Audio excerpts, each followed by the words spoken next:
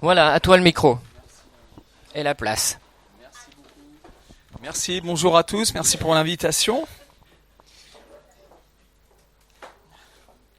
Ah, je vous vois mieux là. Ça va? Vous allez bien? Tout le monde va bien? Ok, bon, j'ai fini mon travail.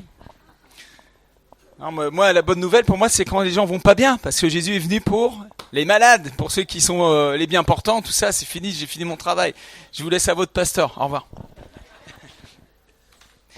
Ok, juste avant de vous partager la parole ce matin, est-ce que je peux faire une petite page de publicité?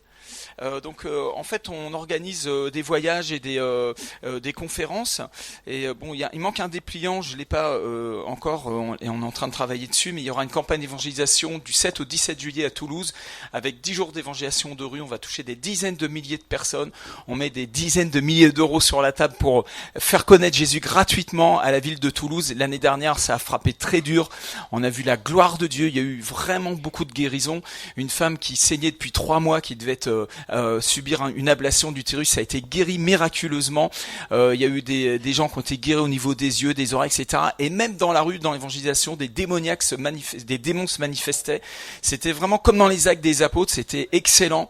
Et vraiment, le dernier soir, les 700 places étaient remplies. Et, bon, on n'a pas enregistré des centaines de conversions, mais on a ensemencé. Cette année, on recommence. On va doubler la mesure en évangélisation, et on croit vraiment qu'il y a un réveil qui vient sur la France. Là, c'était vraiment le moment de dire amen. Alléluia. Et vraiment, il y a un feu. Et depuis toutes les années que je prêche, je vois que il y a vraiment une augmentation, beaucoup dans les guérisons, les miracles en France. Et c'est de plus en plus facile, en fait, de voir des miracles. En fait, depuis 2005, je vois des guérisons dans toutes mes réunions. Mais là, il y a vraiment, le Seigneur se complaît à produire des miracles. Amen. Toutes sortes de miracles. Hein. On a vu même des aveugles guéris, des paralysés. La puissance de Dieu se manifeste. C'est réel. Amen. C'est pas un conte de fées, c'est la Bible, c'est vrai. Alléluia! C'est le moment de commencer à sourire, de se détendre un peu. Et donc, je vous invite à... Vous savez, quand j'étais jeune converti, je lisais l'Apocalypse, ça me faisait trembler. Et d'ailleurs, la première fois que j'ai lu l'Apocalypse, en fait, c'était dans les douches à l'armée. Et à l'époque, on fumait des joints avec les copains, et j'étais en train de me convertir, et je les emmenais dans la douche, et on fumait les joints, et après, je leur lisais l'Apocalypse. Et donc ils devenaient tout blancs bizarrement, puis il y en a un qui se levait, puis l'autre, à la fin j'étais tout seul, et puis moi j'étais tout blanc aussi, puis je partais aussi. Et puis à force d'étudier la parole de Dieu, et dans l'Apocalypse, en fait c'est un livre extraordinaire, et il y avait quelque chose qui me faisait vibrer, c'était l'île de Patmos. Et moi je me disais, mais l'île de Patmos c'est un endroit réel, ça existe vraiment, c'est à cet endroit-là que Jean a reçu l'Apocalypse. Un jour j'irai à Patmos, un jour on prêchera la parole de Dieu là-bas. Vous savez quoi? On le fait pour l'Ascension cette année. Et c'est un feu vert du Saint-Esprit, c'est magnifique, c'est un camp prophétique. On sera avec 4 prophètes, mais il y aura plein de ministères, mes pasteurs viennent aussi, et il y aura des gens de partout, des intercesseurs, et on croit vraiment que le Seigneur nous appelle à aller sur l'île de Patmos pour prier de façon très spécifique, non seulement pour l'Europe, mais aussi pour la francophonie et la France. Amen! Et il y a 5 ministères, des apôtres, les prophètes, les évangélistes, les pasteurs, les docteurs, et tout ça, faut que ça travaille. Faites de la politique ici. Le voyage en Israël dans la gloire, ça va être notre 6e voyage. Là, on sera en plein Soukot, et chaque voyage qu'on fait à chaque fois, c'est vraiment incroyable. On vit des trucs vraiment, c'est dans la gloire, quoi. Des signes, des prodiges, des miracles, des guérisons. On voit les gens qui craquent les uns après les autres sous le toucher de Dieu. Quand on va Qui a déjà été en Israël? Est-ce que je suis en train de mentir quand je dis qu'il y a quelque chose de spécial là-bas? Mais est-ce que vous avez les mots pour l'expliquer? Vous non plus? Il faut aller au moins une fois là-bas. Vous savez que le monde entier va monter à Jérusalem pour l'adorer. Nous sommes les prémices de cela, et nous le faisons avant même que ce soit produit. Nous sommes les prémices même dans la prophétie. Alléluia! Et vraiment un voyage comme ça, 9 jours, cette fois-ci 9 jours, on a retiré un jour, ça reste pas trop cher, parce que c'est Soukot, et tout d'un coup, sur les fêtes juives, ça devient un petit peu plus cher, mais ça va, c'est vraiment abordable. On a un camp d'été du 31 juillet au 7 août avec le ministère Pierre Krangas, je sais pas si vous connaissez. Vraiment, c'est quelqu'un d'excellent et il prêche sur le cœur du Père et on va aborder cette semaine-là les abus, en fait, les différents abus. Et il y aura bien entendu de la prière de délivrance, guérison des cœurs brisés. Et c'est pour la famille, le couple, les célibataires. Nous avons une certaine réputation de provoquer des mariages. Alléluia. Et ça, c'est une bénédiction. Dieu est un Dieu un faiseur de mariage aussi. Amen, amen, amen. Gloire à Dieu. Voilà, je suis venu avec quelques livres que j'ai écrits par la grâce de Dieu. Quand mon père a reçu le premier livre que j'ai écrit à l'époque, c'est Quand le ciel touche la terre, qui parle des signes, des prodiges, des miracles, la pluie d'or, et comment Dieu opère, se manifeste visiblement, tout ça. Et mon père a reçu ce livre dans sa boîte aux lettres et là, il a pris le livre, il a dit, ça, c'est un miracle. Parce que pour que Rémi écrive un bouquin, c'est vraiment, il s'est passé quelque chose dans sa vie. Parce qu'il m'a connu de très très près et c'est vraiment, j'ai été tiré des ténèbres. Quand j'ai commencé à lire, en fait, en réalité, la première fois que j'ai vraiment lu avec ma cervelle, c'était la Bible, en fait. Au moment de ma conversion, j'étais tellement détruit, tellement abîmé par le péché, par la vie que, en fait, quand j'ai commencé à lire la Bible, je mettais un mot devant l'autre et puis il fallait que je réfléchisse pour savoir ce que ça voulait dire. J'étais incapable de comprendre un texte. J'étais vraiment à la masse, comme on dit. Alléluia. Et le Seigneur a opéré des miracles extraordinaires et celui de me donner un don pour écrire. Et je vais écrire encore un livre cette année, c'est l'appel. Alors comme vous êtes très en retard, j'ai écrit 10 bouquins, il faut que vous me les preniez les 10 et lisez vite parce qu'il y en a un qui arrive bientôt. Amen. Il y a les liens ancestraux dévoilés. Il paraît que les chrétiens n'ont pas besoin de délivrance. Il y a les 5 ministères et la réforme. Vous savez, il y a des gens qui sont très en colère contre l'église locale. Mais moi, je suis pas en colère contre l'église locale. Je sais que Dieu aime son église. Amen. Mais il est en train de la réformer de l'intérieur. C'est-à-dire qu'il est en train de réformer nos cœurs. Et puis, j'ai eu une révélation sur les 5 ministères à propos dans l'Ancien Testament. C'est fou. On dirait que Paul connaissait ce passage de Exode 28:1. Aaron, Nadab, Abihu, Éléazar, Ithamar. Ces 5 personnes-là, c'est les 5 ministères dans comment qu'on dit au tiercé là, dans l'ordre. C'est les 5 dans l'ordre. Et dans l'hébreu, il y a l'explication de ce que sont ces 5 ministères, comment ils doivent fonctionner, aussi leur brèche, leur sphère d'autorité. C'est magnifique et je vous conseille vraiment de lire ce livre. Ça risque de guérir quelques personnes sur l'église. Les gens sont beaucoup blessés par l'église. Les gens ils ont la blessure de l'église. On est l'église, amen, et on a les blessures de l'église. On doit guérir, vraiment. Si on veut voir ce réveil en France, il faut que l'église guérisse. Mais pour qu'elle guérisse, il faut qu'elle s'aligne avec le royaume de Dieu. Ce livre-là, je l'ai pas écrit comme ça avec une plume légère. J'ai commencé à l'écrire en 1994, quand Dieu m'a visité de façon très particulière. Et ça m'a fait tellement peur, j'ai mis ça de côté, j'avais des visions et tout. J'ai dit non, si c'est de Dieu, on verra bien. Et c'est que bien des années après que j'ai eu vraiment le feu vert et la conviction d'écrire ce livre. Parce que quand on écrit à propos des fondements de l'Église, on touche des choses vraiment... c'est grave en fait. C'est très très grave. Jésus a dit, moi je bâtis mon église. Alors tu viens pas avec ton petit plan personnel, tu vois. Laisse Dieu être Dieu dans l'église. Amen. C'est pas mon ministère, c'est pas mon église. C'est son ministère, c'est son église. Et il est la tête de l'église. Amen. Et c'est très bien comme ça. Alléluia. Ok, et puis j'ai un livre vraiment que je voulais vous présenter, c'est Les choix précieux. Tu peux me l'amener s'il te plaît, Michel? Les choix précieux. Ce livre-là, en fait, j'ai plein de gens, ils sont gentils, je les aime, je vous aime. Ah, pasteur, priez pour moi, pour ceci, pour cela. Ah, pasteur, nanana. Alors, on me pose des tas de questions. Et alors, moi, ces questions-là, je reçois des centaines d'emails, des fois. C'est à l'année, c'est des milliers de personnes qu'il faut conseiller. Ça devient compliqué. Alors, je dis, lisez ce livre. Lisez mes livres. En fait, les réponses sont dans ces bouquins. J'ai écrit ces livres justement pour répondre à vos questions. Donc, s'il y a des questions sur l'évangélisation, sur la puissance, les miracles, la délivrance, le mouvement de la gloire, toutes ces choses sont dans ce livre. Mais il y a un livre ici, les choix précieux. Vous savez, il y a des choix précieux à faire dans la vie. Il y a des choix que vous faites tous les jours. Tous les jours, vous faites des choix. Par exemple, mesdames, vous vous êtes regardé dans la glace, vous vous êtes senti dans du jaune ce matin. Alors, vous avez mis un pull jaune, hein, et puis, en fait, vous avez fait des choix. Mais c'est pas très grave si tu mets du vert plutôt que du jaune, hein. C'est pas très grave si tu t'es trompé de parfum ce matin. Mais il y a certains choix, faut juste pas se tromper, quoi. Parce que si vous faites ces mauvais choix, si vous vous trompez dans ces choix, les choix précieux, ça va amener quelque chose dans votre vie ça peut être soit une bénédiction extraordinaire, qui va en grandissant sans limite, ou ça peut être vraiment, je crois que chacun a fait l'expérience des mauvais choix, une catastrophe. Et les chrétiens, et les enfants de Dieu, et les êtres humains en général, cherchent chez le pasteur une baguette magique. Mais je vais vous dire, la baguette magique, moi je la connais, ça s'appelle la sagesse. Et on manque de sagesse. Et si quelqu'un manque de sagesse, qu'il la demande à Dieu, amen, qu'il la demande au Père, qu'il donnera même sans te faire de reproches. Dieu, il sait que tu manques de sagesse. T'inquiète. Mais demande et sans douter et tu vas recevoir. Alors, il y a des livres qui vont peut-être vous aider et ce livre en fait partie. Les choix précieux. Des choix précieux qui vont vous concerner vous, votre couple, vos enfants, l'éducation, l'église, etc. Donc, je vous conseille ce livre-là. Amen. Si vous en prenez 3, je l'ai fait à 10 € pièce. Voilà. Ok, maintenant on va chasser l'esprit du vendeur du temple. Et je vais enlever mon gilet parce que je vais perdre un peu d'eau ce matin. Si je peux avoir une petite bouteille d'eau pas glacée, c'est impeccable. Pas glacée parce que ça abîme les cordes vocales. Mais ça a l'air de faire ça. Alors ici on baptise par immersion même les amygdales.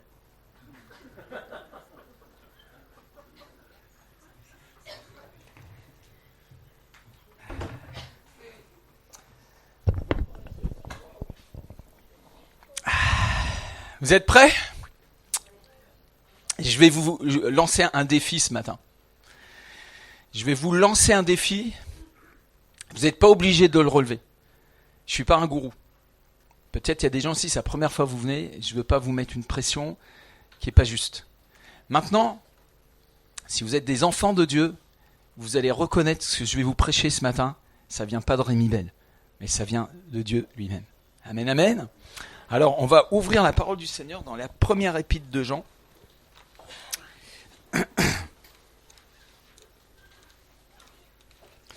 Vous avez les salutations de mon assemblée, de mes pasteurs qui ont prié pour moi avant que je vienne, au passage, et de mon épouse qui est aussi à l'église ce matin. Voilà, au chapitre 4,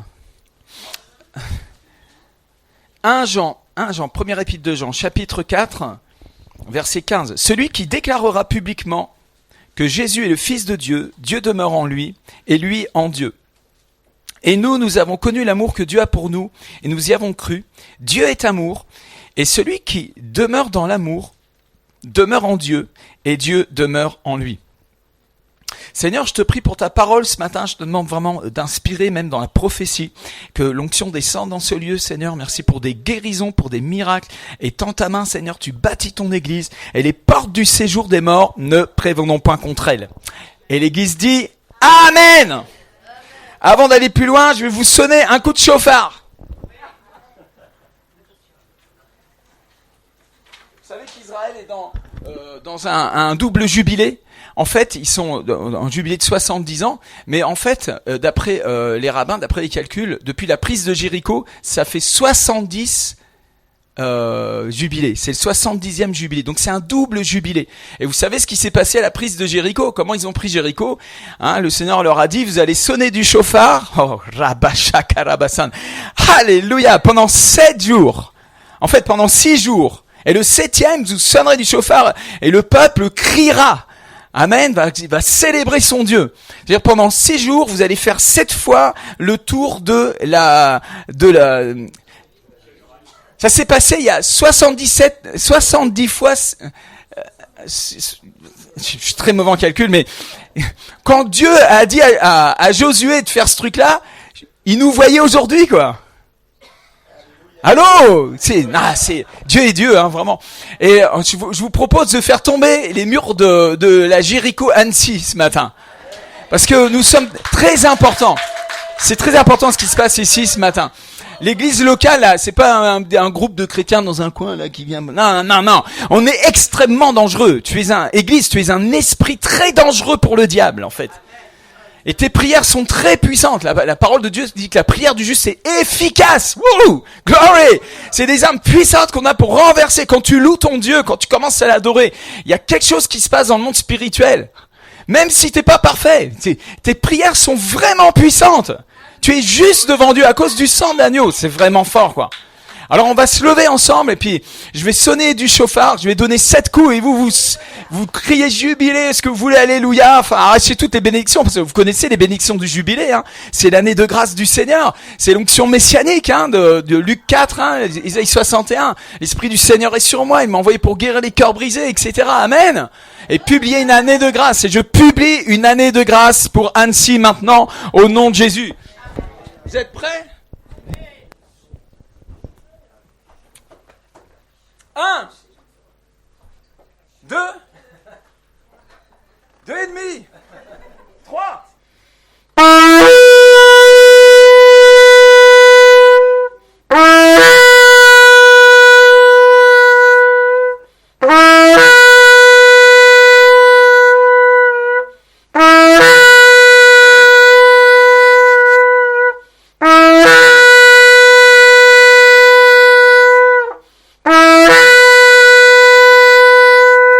Le 7e, vous criez avec moi.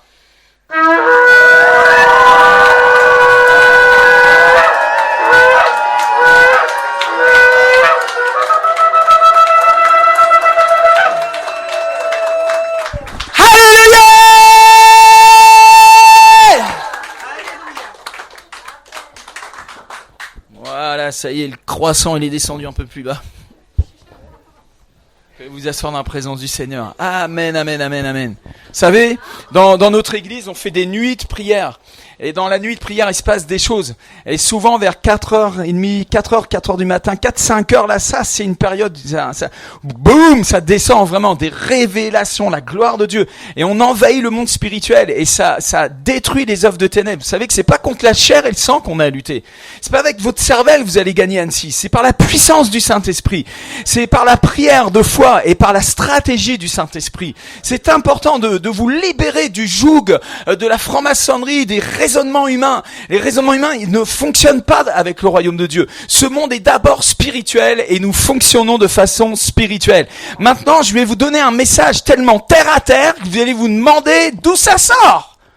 Alléluia. Alors je vais vous poser une question, mes frères et sœurs. Qu'est-ce que vous êtes venus faire ici ce matin?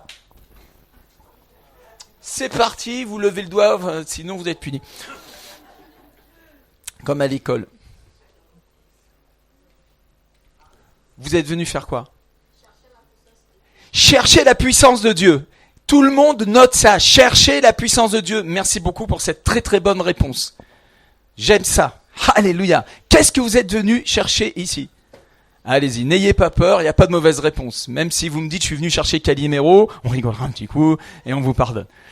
Qu'est-ce que tu es venu faire ici ce matin? Pourquoi tu es là?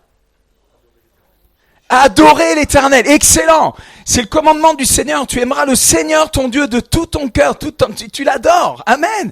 Dieu est un esprit qui cherche des adorateurs, en esprit, en vérité. Tu es venu pour adorer. Gloire à Dieu. Très bonne réponse.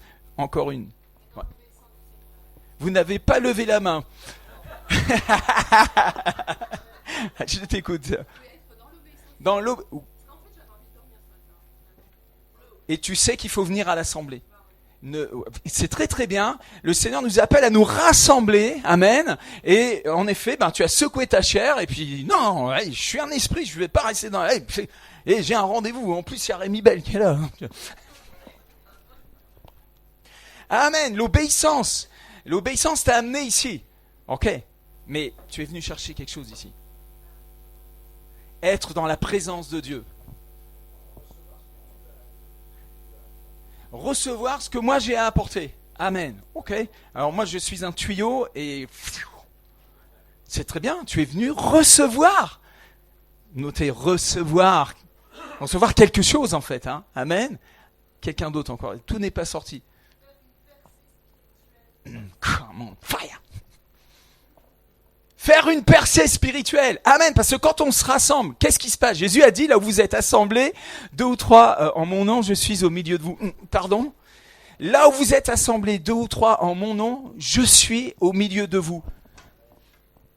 On va relire le texte. Là où vous êtes assemblés. Nous sommes assemblés? Oui. Amen. 2 ou 3. Est-ce qu'il y a 2 ou 3 personnes qui sont venues au nom de Jésus ce matin? Ouh, c'est suffisant. Il est au milieu de nous.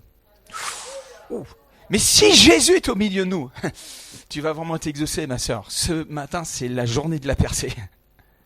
C'est vraiment le jour de la percée. Pourquoi? Parce que le Dieu de la percée est au milieu de nous. C'est son nom dans la Bible. Il est le Dieu de la percée. Alléluia. Amen. Mais qu'est-ce que tu es venu chercher ici? Quelqu'un d'autre encore? Ne soyez pas timide. Ce n'est pas un esprit de timidité que vous avez reçu, un esprit de force, de sagesse, d'amour.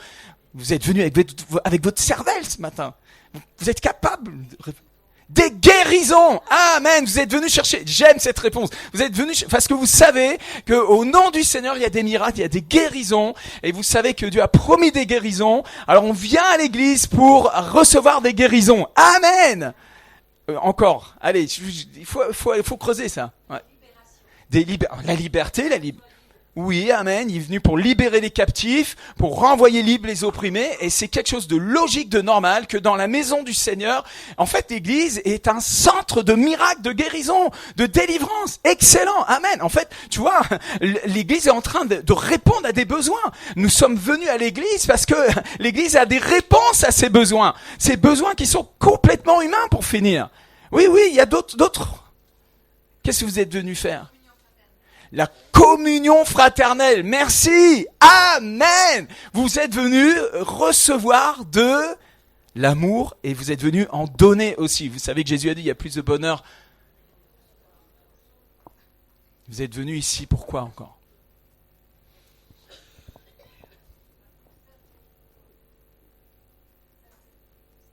Pour servir le Seigneur. Amen. La Bible nous dit de le servir avec ferveur. Servez le Seigneur avec ferveur. Soyez zélés. Alléluia. Et nous le servons par l'Esprit. Amen. Tu es le pasteur? Tu fais de la louange? Qui est le pasteur? C'est le monsieur là-bas? Ah bah il est vraiment... On se présentera après. Je m'excuse de mon retard. Hein. Ok. Amen. Pasteur, tu es venu pourquoi? Je suis obligé. Pour adorer Dieu. Amen. C'est la première réponse qu'on doit entendre, hein, c'est pour adorer Dieu. Amen. Il y a d'autres réponses encore. Hein.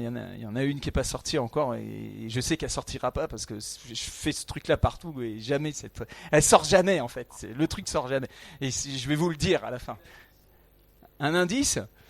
Alors voilà. Et tu me multiplies par 10 comme ça. Je faisais le nain x 10, ça fait nain 10. Ouais, bon. Non, je suis pas très fort en jeu de mots, j'avoue.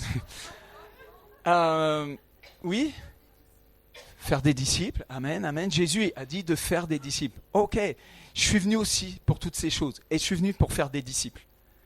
Et je vais vous défier à devenir un disciple du Christ ce matin. Et en fait, maintenant, je vais vous dire la vérité sur vous. Je vais vous dire pourquoi vous êtes ici ce matin. Vous savez ce que vous êtes venu chercher au fond du fond. Glorifier Dieu. Oh, yes, amen, amen, amen. Mais dans le fond, derrière toutes les réponses, il y a... Je ne vais pas arriver à le dire. Quoi, madame? L'amour, bien sûr, amen, amen. Mais derrière toutes ces réponses, arrêtez, c'est bon. Halte au feu. En fait, vous pouvez m'en dire encore une centaine comme ça. Derrière toutes ces réponses, dans le fond du fond, si vous êtes vraiment honnête, vous cherchez le bonheur. Vous cherchez à être une personne heureuse. C'est pour ça que vous êtes venu ici. Oui, c'est la vérité. Puis vous savez quoi? C'est Dieu qui a créé ça. Dieu a prévu que tu sois une personne heureuse. Oui, le bonheur et la grâce m'accompagneront tous les jours de ma vie et j'habiterai la maison du Seigneur jusqu'à la fin de mes jours. C'est le psaume 23. En fait, Dieu t'a créé pour que tu sois une personne heureuse. C'est pas des projets de malheur que j'ai pour toi, mais de paix, de bonheur, de prospérité. Dieu te veut en bonne santé, que tu prospères à tous égards comme prospère ton âme. Amen. Dis à ton voisin, j'ai bien fait de venir ce matin. Dis à l'autre voisin, Dieu est bon. Et il est tout le temps bon. Dieu est un Dieu qui est bon. Amen. La théologie de Rémi Bell, c'est une théologie de bébé. Je suis pas un grand théologien. Excusez-moi si vous voulez de la théologie ce matin, c'est pas mon truc. Moi, je suis un bébé. Moi. Je tête à la mamelle de l'Éternel, El Shaddai. Alléluia. Gloire à Dieu pour le lait spirituel de la parole. Et ça nous fait du bien. Et moi, je suis né pour être un homme heureux. Et j'ai tellement aimé à l'époque ce livre d'Emos Shakarian, Les gens les plus heureux sur Terre. Rien que le titre m'a accroché. Parce que l'être humain que vous rencontrez tous les jours, sur votre lieu de travail, dans les rues, dans les boîtes de nuit, dans les endroits les plus sordides, toutes ces personnes, et il n'y en a pas une qui échappe à cette situation, ils cherchent le bonheur. Ils ont soif d'être heureux. Alléluia. Alors ce matin, et là vous allez pouvoir me dire merci monsieur. Oui, je sais, je suis très très bon. Je suis venu vous donner la clé du bonheur. Vous la voulez? Hein? C'est comme ça qu'on dit amen ici? On va retourner en Afrique. Hein.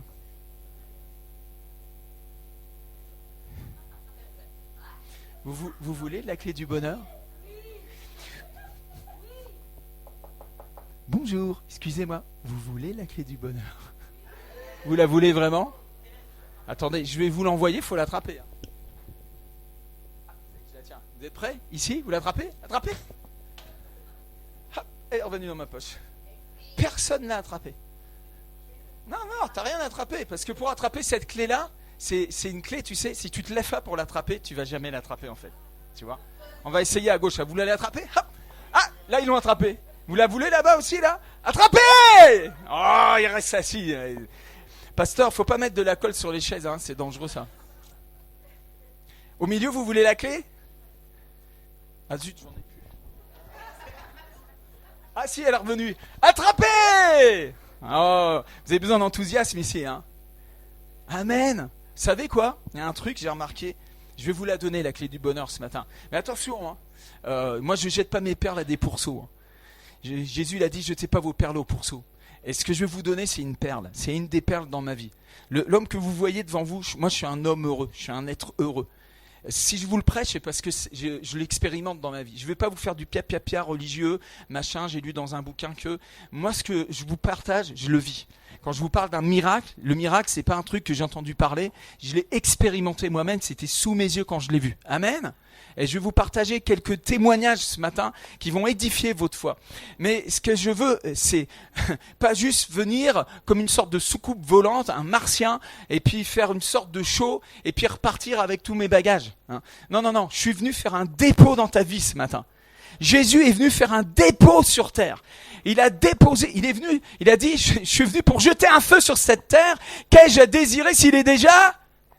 Il y a une personne qui lit sa Bible ici. Alléluia!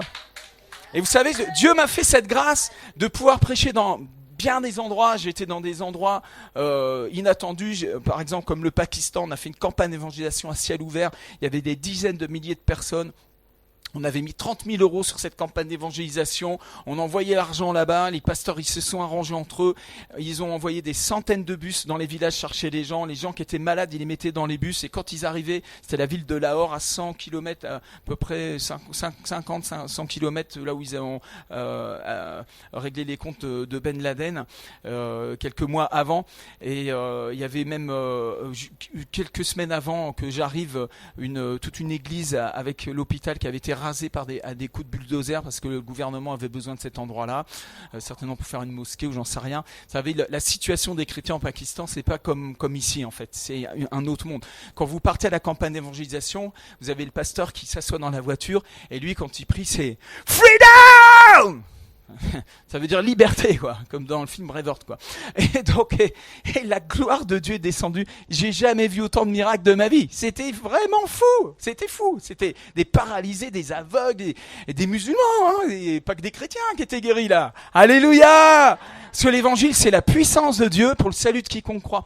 Et je voyage dans le monde entier. J'étais en Afrique, j'étais en Espagne, au Portugal, au Madagascar, dans les dom-toms, dans plusieurs pays africains. Et j'étais aux États-Unis. J'ai vu plein d'endroits. J'ai vu plein de sortes d'églises. Alors la France, le Nord, le Sud, l'Est, ça fait des années que je prêche l'évangile comme ça. Et je vais dans plein d'églises. Et quand j'arrive dans les églises, il y a certains endroits, je vois le niveau. Je vois le niveau où ils en sont. Et puis je vois le niveau où ils devraient être. Amen. Et c'est un peu le cas ce matin pour vous. Je vois le niveau où vous devriez être et le niveau où vous êtes. Et j'ai une parole d'encouragement pour vous ce matin. Parce que Dieu veut faire grandir cet endroit de façon exponentielle. Et il y a une bénédiction supérieure qui vient sur la ville d'Annecy, si vous vous alignez avec le royaume de Dieu. Et en fait, le royaume de Dieu, c'est ça qu'il faut chercher en premier dans notre vie. Le royaume et sa justice. Puis toutes choses nous sont données par-dessus. Amen. Et en fait, des fois, je vais dans les églises, le prenez pas mal, hein, je veux pas vous blesser, mais je vais certainement vous blesser. Parce que le Seigneur, il nous blesse avant de nous bénir. Vous avez remarqué dans le Nouveau Testament? C'est bizarre, hein? Mais Jésus blessait les gens, hein. Il a blessé même sa propre mère. Il a blessé ses frères, il a blessé ses disciples. Cette femme syro-phénicienne qui venait crier pour la délivrance de sa fille, il a fait même si elle n'était pas là. Il a laissé mijoter dans son truc jusqu'à ce qu'elle s'humilie et qu'elle renie, qu'elle abandonne la magie, toutes ces choses, et qu'elle reconnaisse en Jésus le Messie des Juifs. Alors là, il s'est tourné vers elle, il dit, j'ai pas vu une aussi grande foi en Israël, et puis là, ta fille a été délivrée. Mais regardez l'histoire, je veux dire, plus d'une des personnes qui sont assises ici auraient peut-être quitté la bataille avant d'avoir la bénédiction. Blessé, vexé. Des fois, on se vexe, mais Dieu est en train d'utiliser l'homme de Dieu pour nous faire grandir en réalité.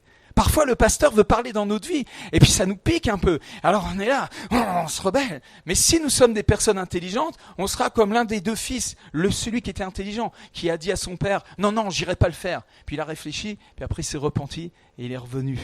Et puis il a fait ce qu'il avait à faire. Puis l'autre avait dit, oui, je le ferai. Et puis il l'a jamais fait. Lequel des deux avait fait la volonté du Père? Amen, amen. Donc là, je vais vous donner la clé du bonheur maintenant. Parce que être chrétien et puis faire une tronche qui traîne par terre, ça donne envie vraiment à personne. C'est vrai ou c'est pas vrai? Moi, quand j'arrivais le lundi matin, à l'époque où je travaillais encore. Merci. J'ai encore des intercesseurs qui m'aident. Il paraît que les pasteurs sont feignants, ils foutent rien, ils prennent l'argent des gens et tout. Je travaille 10 fois plus qu'avant en fait. Et j'arrivais le lundi matin et j'avais un couloir, je marchais le long du couloir, puis j'arrivais, ça s'appelle la salle de quart, c'est une sorte de bureau, il y a tout, on s'occupait de la sécurité incendie, la technique, tout ça, dans un grand hôtel parisien. Et on était 3 à travailler dans cet endroit, on travaillait en 12 heures et tout, je vous plante le décor. Et j'arrivais le lundi matin, j'avais un long couloir, et puis j'étais là, oui, nous marchons de joyeux. J'avais le cœur rempli de la joie du Seigneur, et pour cause. Je venais de vivre un week-end de fou avec le Saint-Esprit, avec des guérisons, des miracles, des gens qui donnent leur vie à Jésus. Alors comme je travaillais en 3x12, je faisais mes 3-12, après, tac, je devais poser 2 jours, et j'avais direct 7 jours libres où je pouvais partir dans le monde. Alors j'étais allé à Madagascar, Osborne venait de prier pour moi, 3 jours après je pars à Madagascar. Je suis à Tamatave sur un stade et il y avait 3000 personnes qui étaient là. Enfin, le premier soir, il y avait peut-être 800, le deuxième soir, il y avait 1200, puis le troisième soir, il y avait 3000 personnes. Pourquoi? Parce que le Seigneur m'a dit, pousse-toi, je m'en occupe. Il y a eu la première fois de ma vie que j'ai vu une explosion de miracles, où les gens guérissaient sous la puissance de Dieu pendant qu'on était en train de prêcher. C'était extraordinaire. Alors quand je rentrais du travail, et que j'arrivais le lundi matin, le Mimi, mais il était... J'étais comme une pile, remonté, mais à fond la caisse, quoi. Alléluia. Et j'arrive à la salle de quart, les gars de nuit, ils baissaient la lumière, alors, c'était un peu sombre, puis je rentrais, j'allumais la lumière comme ça, et clac, soleil sur Méridien, les gars, bonjour. Tu sais, rempli, je bouillonnais. Et les gars, ils se relèvent la tête comme ça. Et ils me regardent, ils étaient gris, ténébreux, tu vois. Ils me regardent comme ça, ils disent, mais t'as gagné des millions, quoi, toi. Mec, ils avaient la tête comme ça, ils avaient picolé toute la nuit, tu vois. Les autres du matin qui faisaient ils avaient picolé toute la journée de la veille. Et je leur disais, non, les gars, j'ai pas gagné des millions. J'ai vu des miracles. Ils me prenaient vraiment pour un fou. Et vous savez, c'était le fou qu'on venait chercher en cachette quand il y avait un gros problème à la maison. J'ai planté le drapeau, je me suis fait persécuter, j'en ai pris plein la figure. Mais vous savez quoi? Le Seigneur a fait de moi un instrument de bénédiction pour beaucoup de gens dans ce grand hôtel parisien. Et j'étais rendu à un point où je suis devenu un homme heureux. Ça n'a pas toujours été comme ça. Retour en arrière. J'étais un chrétien évangélique. J'allais à l'église. J'étais baptisé d'eau, baptisé du Saint-Esprit. J'étais un chrétien. Mais j'étais un chrétien timoré. J'étais un chrétien timide. En fait, j'avais la crainte des hommes. Ça me collait au bas comme la crotte de chien toute fraîche que tu viens de marcher dedans dans le trottoir. J'avais peur des gens, littéralement. Alors quand j'arrivais au travail, je savais, en plus je faisais partie des hommes d'affaires du plein évangile, donc j'étais censé être un témoin dans la cité, quoi, tu sais, témoigner sur mon lieu de travail. En France, j'arrivais, tout mon squelette à l'intérieur tremblait. J'arrivais à mon travail comme ça. Et puis alors, j'étais tellement religieux que quand je serrais la main de mes collègues, est-ce que quelqu'un peut venir? Tiens, tu veux venir s'il te plaît? Je vais t'utiliser 10 secondes. Alors tu me serres la main comme ça, tu vois, et je faisais comme ça. Bonjour. Et puis après je partais, et je faisais comme ça parce que j'avais peur d'attraper ces démons en fait. C'est pas toi, hein, t'es juste un exemple. Hein. Ça va bien, hein? Ça va? Merci. Elle est sourde. Oh Seigneur, un client pour toi. Alors, je serre la main de cette personne et après je me suis la main comme ça et j'avais peur des gens. Alors mon évangélisation c'était tiens lis ça, tu vois, lis ça. Alors je donnais un tract comme ça. Combien vous êtes venus à Jésus-Christ grâce à un tract? Levez la main. Une personne. Combien de personnes ici sont... Ouais mais parce que toi tu fais de l'évangélisation droit et des tracts, alors tu défends ton truc, c'est pour ça. Mais même si ça a marché avec un tract, combien vous êtes venus au Seigneur parce qu'il y a un ami qui vous a parlé de Jésus? Levez la main. Bing. L'évangélisation, c'est plutôt ça que des tracts. Je suis pas contre les tracts, j'utilise les tracts encore, mais c'est vraiment, même les premiers apôtres, ils ont même pas utilisé des tracts en fait. Et ils avaient quelque chose à donner, d'autre que des tracts. Et quand j'ai arrêté de me cacher derrière les tracts et que je suis moi-même devenu le tract, parce qu'il s'est passé il s'est produit quelque chose. En fait, j'ai découvert, à un moment donné, en fait, Dieu ne m'appelait pas à être religieux et à être culpabilisé et puis à vivre une vie timorée et puis grisâtre et puis être, tu sais, vivre les trucs, tu sais, tu lis dans la Bible et puis après tu retournes dans le truc naturel, charnel, enfin, tu vois, puis tu finis par faire du club religieux, du club chrétien, tu sais, du système religieux, tu viens dépoussiérer ton système, tu vois, c'est, on les catholiques, on peut parler des catholiques, mais les évangéliques, on est pareil, tu sais. Et puis on finit par avoir des habitudes, alléluia, béni soit Dieu, et des façons de prier, et on s'enferme dans des systèmes. C'est pas méchant, je vous aime, je vous bénis. S'il y a un catholique parmi vous, je vous bénis au nom du Seigneur, mais changeons. Amen. Et c'est pas François qui est ni celui du Vatican, ni celui qu'on a à la tête aujourd'hui, qui va changer quelque chose. Mais pourtant, le changement, c'est maintenant. Si nous mettons les doigts au bon endroit, dans la bonne prise. Allô? Vous êtes fait pour rayonner, être une ampoule, mais pas d'une électricité naturelle, d'une électricité surnaturelle. Je vais vous raconter un truc. Allez, c'est parti. Un jour, je traverse la gare de Saint-Lazare. Et dans mon cœur, j'étais en train de louer le Seigneur pour les guérisons que j'avais vues sur mon lieu de travail. J'avais osé prier pour des gens. Et en fait, et voilà ce qui s'était passé. Le Paris Saint-Germain avait mis la pâtée à l'OM. Et donc, je suis arrivé le lundi matin chercher les gars de l'OM du room service pour les chicoter un petit peu. Et j'ai pas eu le temps de parler. Il y en a un qui m'a dit « alors, t'as vu des miracles ce week-end, Rémi ?» Je dis, bah oui, justement, j'ai vu des miracles. Justement, le dimanche, la veille, j'avais prié pour une petite fille qui avait des problèmes aux yeux. Elle a laissé ses lunettes, même sa mère n'en croyait pas ses yeux. Et je raconte ce miracle et tout. Et là, il dit, bah t'as qu'à prier pour Monique, elle a mal au dos. Monique, c'était la dame qui était en train de recevoir les commandes des chambres. Alors, elle vient comme ça, puis elle rigole et tout le monde se moquait de moi, vous voyez. Il faut pas avoir peur de ça. Gloire à Dieu pour les moqueurs. Ça veut dire qu'il y a quelque chose qui les travaille. Tu sais, tu laisses plus personne indifférent quand tu as cette onction-là. Alléluia. Les gens s'intéressent. Ils disent, qu'est-ce qu'a ce mec? Il est fou, il a un problème. Oui, je suis fou, viens voir. Amen. Et alors j'ai dit, ouais, je peux prier pour elle. On commence à prier. La femme a dit, ici? Je dis, pourquoi pas? N'importe où. On peut prier. Amen. Tu sais, let's go, quoi. Ok, tu poses ma main sur elle. Oh, Vous savez, ça, pour faire ce genre de prière, il faut faire de la théologie pendant 7 ans et être diplômé. Hein. C'est quand même 200 grammes à soulever et à poser sur la personne et puis faire une prière. Genre, par exemple, merci Seigneur. Amen. C'est dur à faire? C'est pas dur à faire. Est-ce que je peux guérir cette personne? Je peux pas la guérir. Je peux guérir personne ici. J'ai aucun pouvoir. Mais le nom de Jésus. J'ai dit baisse-toi, relève-toi. Oh mais j'ai plus mal du coup. Tu sais, là tout le monde a arrêté de se moquer. Alors il y a un musulman qui est arrivé. Ah oui, là, tais-toi. C'est l'heure du Saint-Esprit. Tu te tais. Et j'ai sorti Ésaïe 53 parce que j'ai toujours ma petite Bible avec moi. Toujours avoir son arme sur soi. Hein. Sortez jamais sans vos armes. J'avais ma petite Bible, Ésaïe 53 et boum, je commence à prêcher l'évangile suite à cette guérison. L'autre qui se moquait de moi, il dit mais tu peux prier pour moi aussi. Je dis mais il y a pas de problème. Repens-toi de tes péchés. Je commence à prier pour lui. Vous savez quoi? Le Seigneur a fait des guérisons cette journée-là. Après je suis monté aux étages. Il y en avait un autre. Il se dit j'ai mal aux épaules. Je dis pousse-toi. Tac, je l'ai pris sur le côté. J'ai prié pour lui. Vas-y bouge. C'est bon. J'ai plus mal. T'as fait ça comment? T'inquiète, c'est Jésus. C'est d'une simplicité déconcertante. Déconcertante. C'est horrible. C'est une insulte à l'intelligence humaine française. Français, française, on n'avait rien compris. Alors, j'étais là le soir, après 12 heures de ministère, de travail au Méridien. J'arrive à Saint-Lazare pour le ressusciter, pour prendre le train.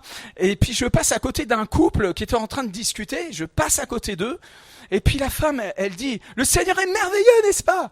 Ah, je m'arrête, je la regarde, je dis, oh madame, vous êtes chrétienne? Je lui tends la main pour lui serrer la main. Elle me dit, je sais pas pourquoi j'ai dit ça. Le type qui était en train de lui parler, lui, il s'est barré en courant. C'était en fait un monsieur qui était en train de la draguer. Et la femme a dit, mais qu'est-ce que c'est? Et elle sentait comme un feu, elle expliquait, elle sentait comme un feu qui sortait de moi. Au moment où je suis passé, elle a senti un truc qui lui a sauté dessus. Et elle s'est criée, le Seigneur est merveilleux. On fait ça quand tu veux, Seigneur, pas de problème. Alors cette fille commence à me confesser ses péchés et tout, mais dans la, tu sais, franchement, je dis, vas-y, dis-moi des trucs. Non, mais là, ça sortait tout seul. Il y avait l'onction, la puissance de Dieu qui agissait dans cette femme. Elle avait un rendez-vous angélique là. Alléluia, alléluia. Et donc je commence à prier pour elle, je dis vous inquiétez pas, c'est le Saint-Esprit. Et la femme commence à trembler sous l'onction. Alléluia, elle avait une manifestation de la puissance de Dieu en plein milieu de la gare. Il y avait les gens qui passaient comme ça. Je ne sais pas si nous voyez ou si nous voyez pas. J'en ai rien à faire. Cette femme a été visitée ce jour-là. Dites Alléluia, dites Amen. Il dit, celui qui déclarera publiquement que Jésus est le Fils de Dieu, Dieu demeure en lui et lui en Dieu. Alors là, je vais vous laisser méditer pendant quelques jours là-dessus, en fait. Peut-être même pendant quelques semaines. Et même peut-être jusqu'à la fin de votre vie. Commencez à méditer cette parole. Parce que le véritable christianisme, excusez-moi, alléluia, j'aime l'église, hein, et moi je suis toujours dans une, tous les dimanches je suis dans une assemblée. Si je suis pas en train de prêcher quelque part, je suis au pied de mon pasteur et je travaille avec eux. Amen, amen, amen. J'aime l'église locale. Mais excusez-moi, Jésus n'a jamais dit, dimanche, allez à l'église. Il n'a pas dit ça. Il a dit, allez, soyez mes témoins. Je viens pas à l'église pour recevoir la puissance. Je viens pas à l'église pour recevoir l'amour. Je viens pas à l'église pour recevoir même le bonheur. Le bonheur vient avec moi à l'église. Je vais dans la rue avec le bonheur. Je viens aller dans la rue avec l'amour, avec la puissance. Alléluia! Je viens pas à l'église comme un mendiant. Oh Seigneur, vas-y maintenant fais-le. Non, come on, fire! Je viens à l'église pour raconter ce que j'ai vu cette semaine. Je viens à l'église pour bénir mes frères avec l'onction. Vous savez, dans mon assemblée, ils sont contents quand ils me voient y arriver parce que je suis pas souvent là. Je suis donné au corps dans le monde entier, et quand je suis là, c'est vraiment déjà une grande joie pour moi parce que j'aime tellement mon église. Franchement, si je pouvais rester à la maison tout le temps, tellement il y a la gloire de Dieu à Mantes-la-Jolie. Vraiment, on vit la gloire de Dieu tous les dimanches et on veut plus se quitter tellement il y a l'onction des guérisons et tout ça, quoi. Mais quand je suis là, ils sont tellement contents parce que à chaque fois, c'est comme si je dois me décharger des gloires que j'ai vues dans les nations. Même littéralement, le Seigneur le pasteur me donne le micro pour que je prêche quand je reviens de mission. Et il y a un dépôt, vous savez, les apôtres, quand ils voyageaient, ils allaient d'endroit en endroit, ils donnaient des dons spirituels, ils faisaient des dépôts, puis ils recevaient aussi. Puis après, quand ils rentraient à la maison, ils racontaient comment le Seigneur... C'était la première chose qu'ils faisaient. Les frères, je pense pas qu'ils étaient en randonnion comme ça. Il y avait plutôt une idée des synagogues où on était face les uns les autres. Et puis, les apôtres, ils racontaient, alors voilà, à telle ville, il y a eu cette personne-là, et il était paralysé, et puis on a prié pour lui, il s'est levé. Et puis là, t'as toute l'église qui fait Alléluia! Parce que nous sommes les gens les plus heureux sur terre. Car celui qui confesse que Jésus-Christ est le Fils de Dieu devant les hommes, Dieu demeure en lui et lui en Dieu. Waouh! Regardez ce que fait la religion, excusez-moi, mais j'aime les catholiques, je les aime tellement que je vais leur dire la vérité. J'ai été catholique, j'étais même comme un petit moine, je voulais devenir curé, j'étais dans un monastère, et je passais des heures devant le tabernacle, avec cette petite flamme devant en guise de chien de garde, et je croyais vraiment que Dieu était dans la boîte. Non mais je le croyais quoi. Et j'étais là à genoux, comme ça, et j'attendais. Et en fait, au fond de moi, j'espérais que le prêtre allait sortir de la sacristie, arriver avec cette petite clé dorée. Et il allait mettre la clé, il allait ouvrir. Et là, il allait sortir Dieu. Non, mais je me moque de la religion. Élie s'est moqué de la religion. Élie s'est moqué des faux prophètes de Baal. Alors, il sort son... Et puis là, il me l'expose. Voilà. Et là, enfin, j'allais voir mon Dieu. J'allais communier, j'allais adorer. Alors, on commence à adorer. Et là, tu es en train d'adorer. Là, et là, tu es là. Merci, Seigneur. Bon, c'est que je suis encore trop pécheur, alors ça marche pas. Je t'aime Seigneur, alléluia. Et alors tu regardes sur ton côté, tu vois, et puis tu en as toujours un peu plus mystique, un truc c'est un peu bizarre. Puis tu crois que c'est pour lui, c'est pas pour toi. Et puis t'es privé de la vie. T'es religieux. Et les évangéliques, on a besoin d'être délivrés de toutes ces choses-là. On a un Jésus, Seigneur, parle-nous, Seigneur. Oh, tu es loin, Seigneur, mais bientôt tu se rapproches. Plus près de toi, mon Dieu. Plus près de... Il y en a qui, je suis sûr, secrètement, vivement que je meurs. Je veux voir Dieu. C'est esprit de mort et tout, ténèbres, quoi. Non, je sais, c'est pas vous ici, c'est pas pour vous, je parle d'ailleurs, là. Hein? Alléluia. En fait, nous avons été rendus captifs de raisonnements humains hérités de nos pères. Combien veulent changer? Combien veulent être réformés? Amen. Moi, j'aime la réforme. Je suis contre l'œcuménisme. Je suis pour la réforme. Amen. On va pas mélanger je suis pas pour la bouillabaisse, moi. Alléluia. Dieu non plus, hein. Il a dit, tu mettras pas deux sortes de semences dans un même champ. Un tissu le tissu doit faire du même, un vêtement doit être fait du même tissu. Tu dois pas mélanger les... Dieu, c'est pas un Dieu de mélange, c'est un Dieu de sanctification, de séparation. Et puis, il sort du reste, il sort un reste. Et dans le reste, il met encore un reste. Alléluia. Vous êtes pas nombreux, vous êtes un petit reste. Mais le Seigneur est très intéressé à cette église. Dieu veut faire quelque chose d'extraordinaire, mais l'église, c'est pas le pasteur, là. C'est tous ensemble, vous êtes l'église, et tous ensemble, vous êtes appelés à être témoins. Pareil, là. Hein. Moi, je suis un bon chrétien, je vais à l'église tous les dimanches, je donne ma dîme fidèlement. Je dis Amen et Alléluia au bon moment, je me trompe jamais. Mais, faire un deuxième sondage. Nous sommes le combien là? Le 24 janvier. Remontons au 24 janvier de l'année dernière. Donc ça fait 1 an. Dans cette année, combien de personnes ici vous avez chassé des démons? Levez la main. 1, 2, 3, 4, 5. Amen. Bon, j'étais peut-être un petit peu dur avec vous. En 1 an, combien de personnes ont été guéries quand vous avez imposé les mains à une personne qui était malade et elle a été guérie? Levez la main. Amen. Il y a un peu plus de mains, mais c'est pas encore ça, quoi. En fait, si l'église était vraiment en bonne santé, toutes les mains se lèvent. Même les mains des enfants. Vous pensez que je pousse le bouchon? Mais renseignez-vous sur ce qui se passe dans le monde. Il y a des endroits sur la terre où ce sont les enfants qui chassent les démons. Les pasteurs s'en occupent plus, ça c'est le truc des enfants en fait. C'est réel, hein. C'est-à-dire, on est tellement cadenassé dans un système de pensée que, en fait, on n'arrive pas à avancer avec l'évangile. Alors, dernièrement, j'ai un frère de l'église qui a du mal comme ça, qui est très raisonneur, très. Et puis il m'a invité à aller voir un match de foot. C'était l'année dernière. Et il m'a invité pour aller voir un match de foot au Parc des Princes. J'étais super content, mais je savais pourquoi il m'avait invité. Parce que le dimanche d'avant, j'avais prêché à l'église et puis prêché un de ces messages, tu sais, vraiment, là c'était vraiment du lance-flamme, c'était terrible, quoi. Et donc, je savais pourquoi. Et c'est effectivement, après, en allant au match, il a commencé à me dire, tu sais, j'avais invité quelqu'un, ta prédication, tu sais, il aurait fallu faire un truc plus simple, elle a rien compris et tout, etc. Blablabla. Puis au fin de compte, à la fin de la discussion, en fait, la dame a été super touchée, était bénie, etc. Mais rien à faire, dans sa tête, c'était pas bien, quoi. Parce que lui, de la façon dont il pensait, c'était pas bien. Il me dit, oui, mais moi, mes collègues de travail, si je les amène dans une église comme ça, où les gens, ils louent pendant 1 heure et tout, machin, enfin, tu sais, ils parlent en langue et tout, non, c'est choquant et tout. J'ai dit, écoute, je vais te donner un conseil, convertis-toi au bouddhisme.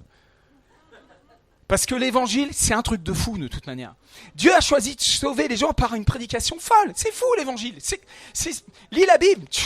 Tu vas attraper un mal de tête à la 3e page, quoi. Je veux dire, il y a que des miracles, des trucs impossibles. Lisez l'oreille de Malchus, j'ai écrit un bouquin là-dessus. À la loupe, j'ai regardé les miracles d'Ancien, de Nouveau Testament. C'est impossible, cette histoire. Impossible. Sauf que rien n'est impossible à Dieu. Alors, de 2 choses une. Soit vous vivez une religion bien carrée, bien structurée, c'est un peu comme les témoins de Jéhovah, des trucs comme ça, un peu religieux, un peu, voilà. Soit vous entrez dans la fête avec le Seigneur.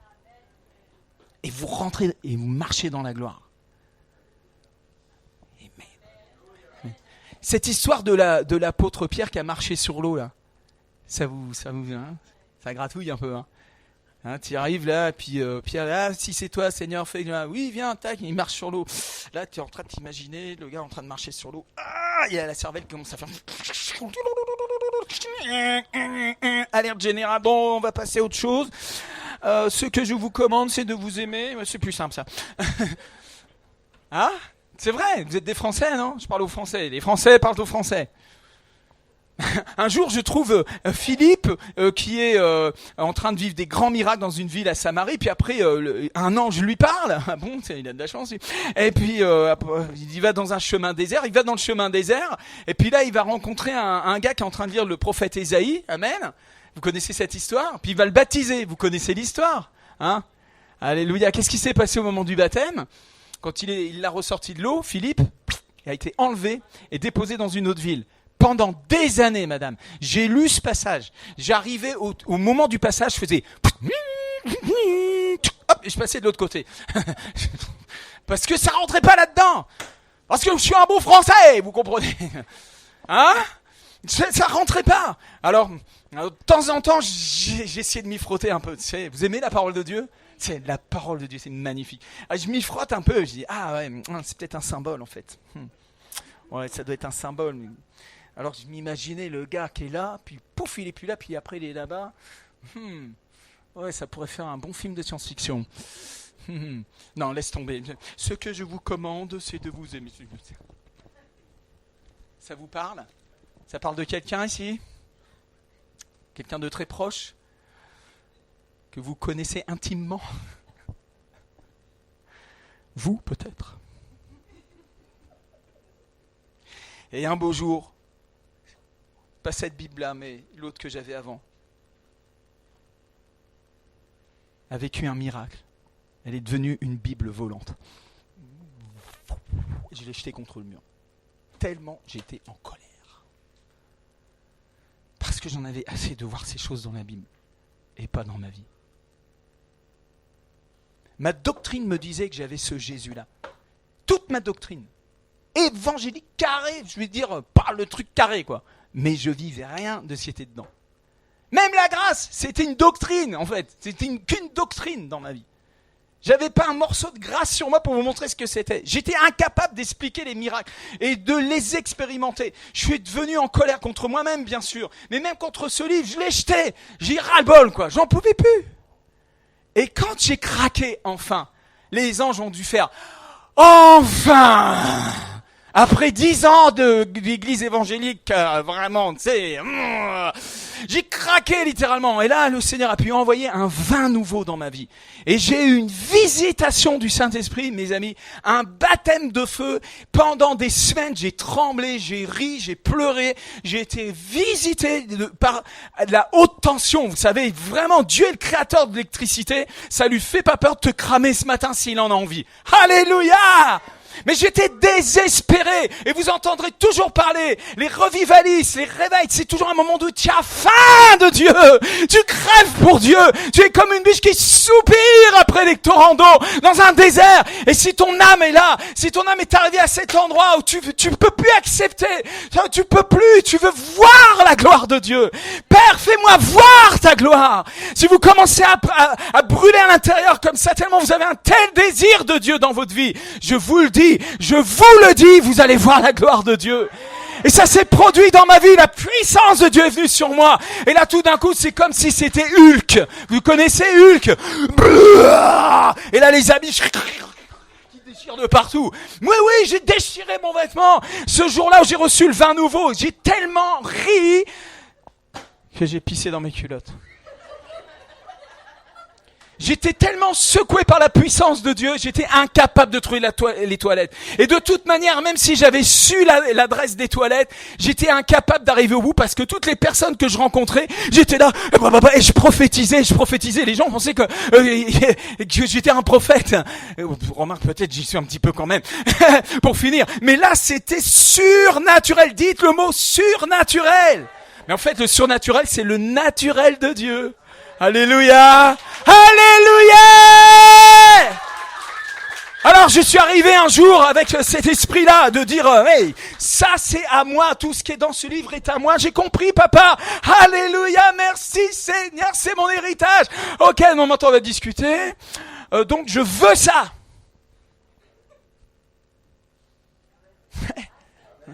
Oh Dieu, s'il te plaît, bénis-moi. Et là, t'entends une voix d'en haut. Non.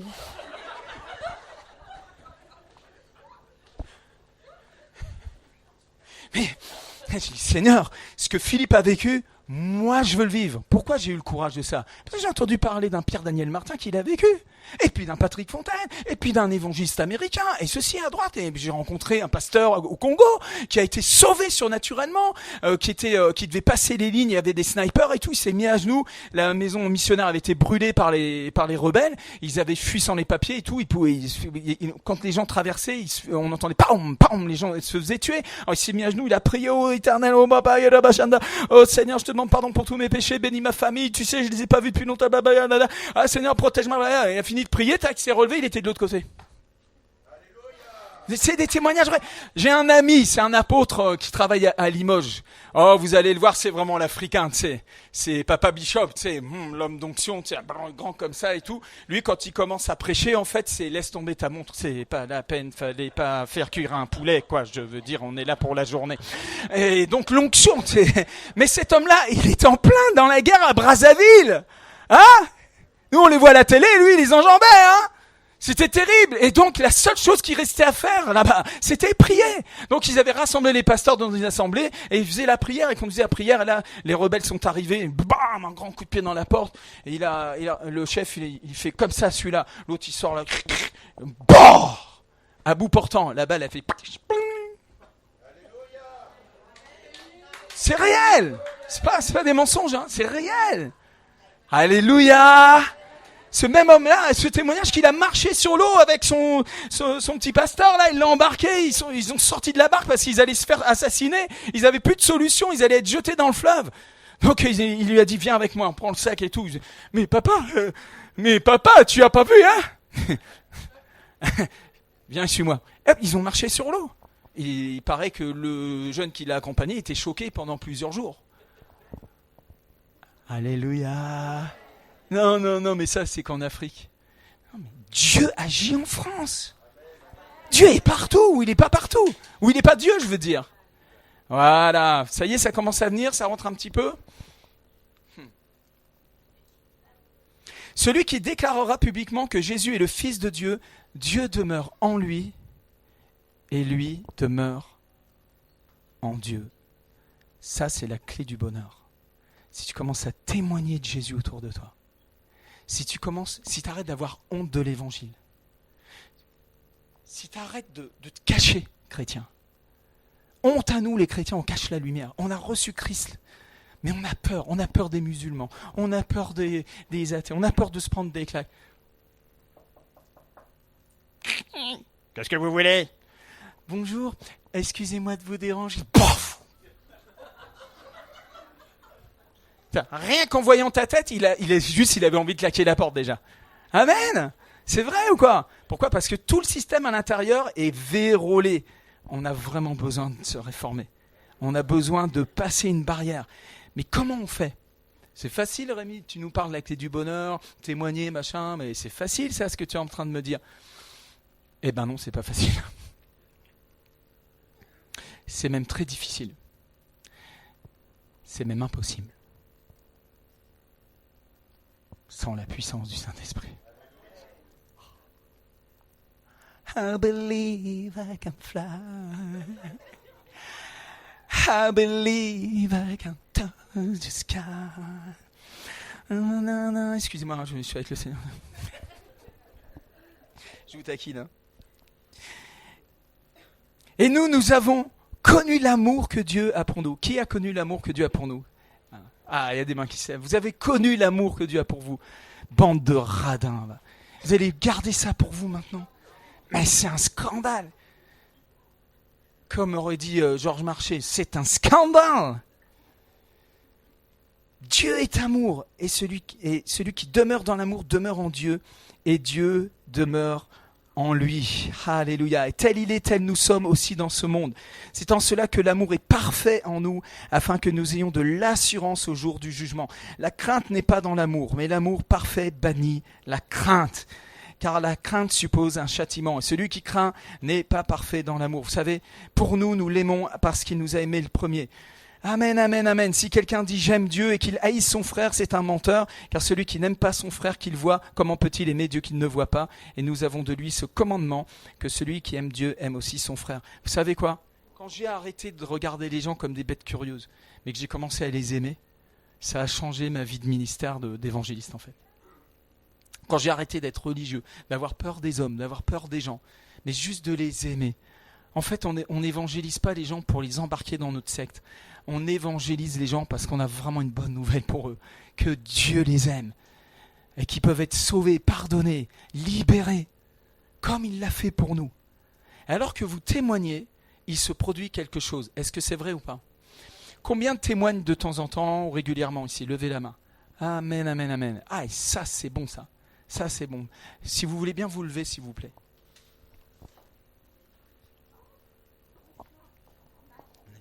Quand vous témoignez, qu'est-ce qui se passe en vous ?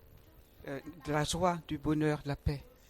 La joie, du bonheur, la paix. Mais c'est bien ce que vous êtes venu chercher ici, pourtant. Amen. Et vous êtes venu avec ? Oui.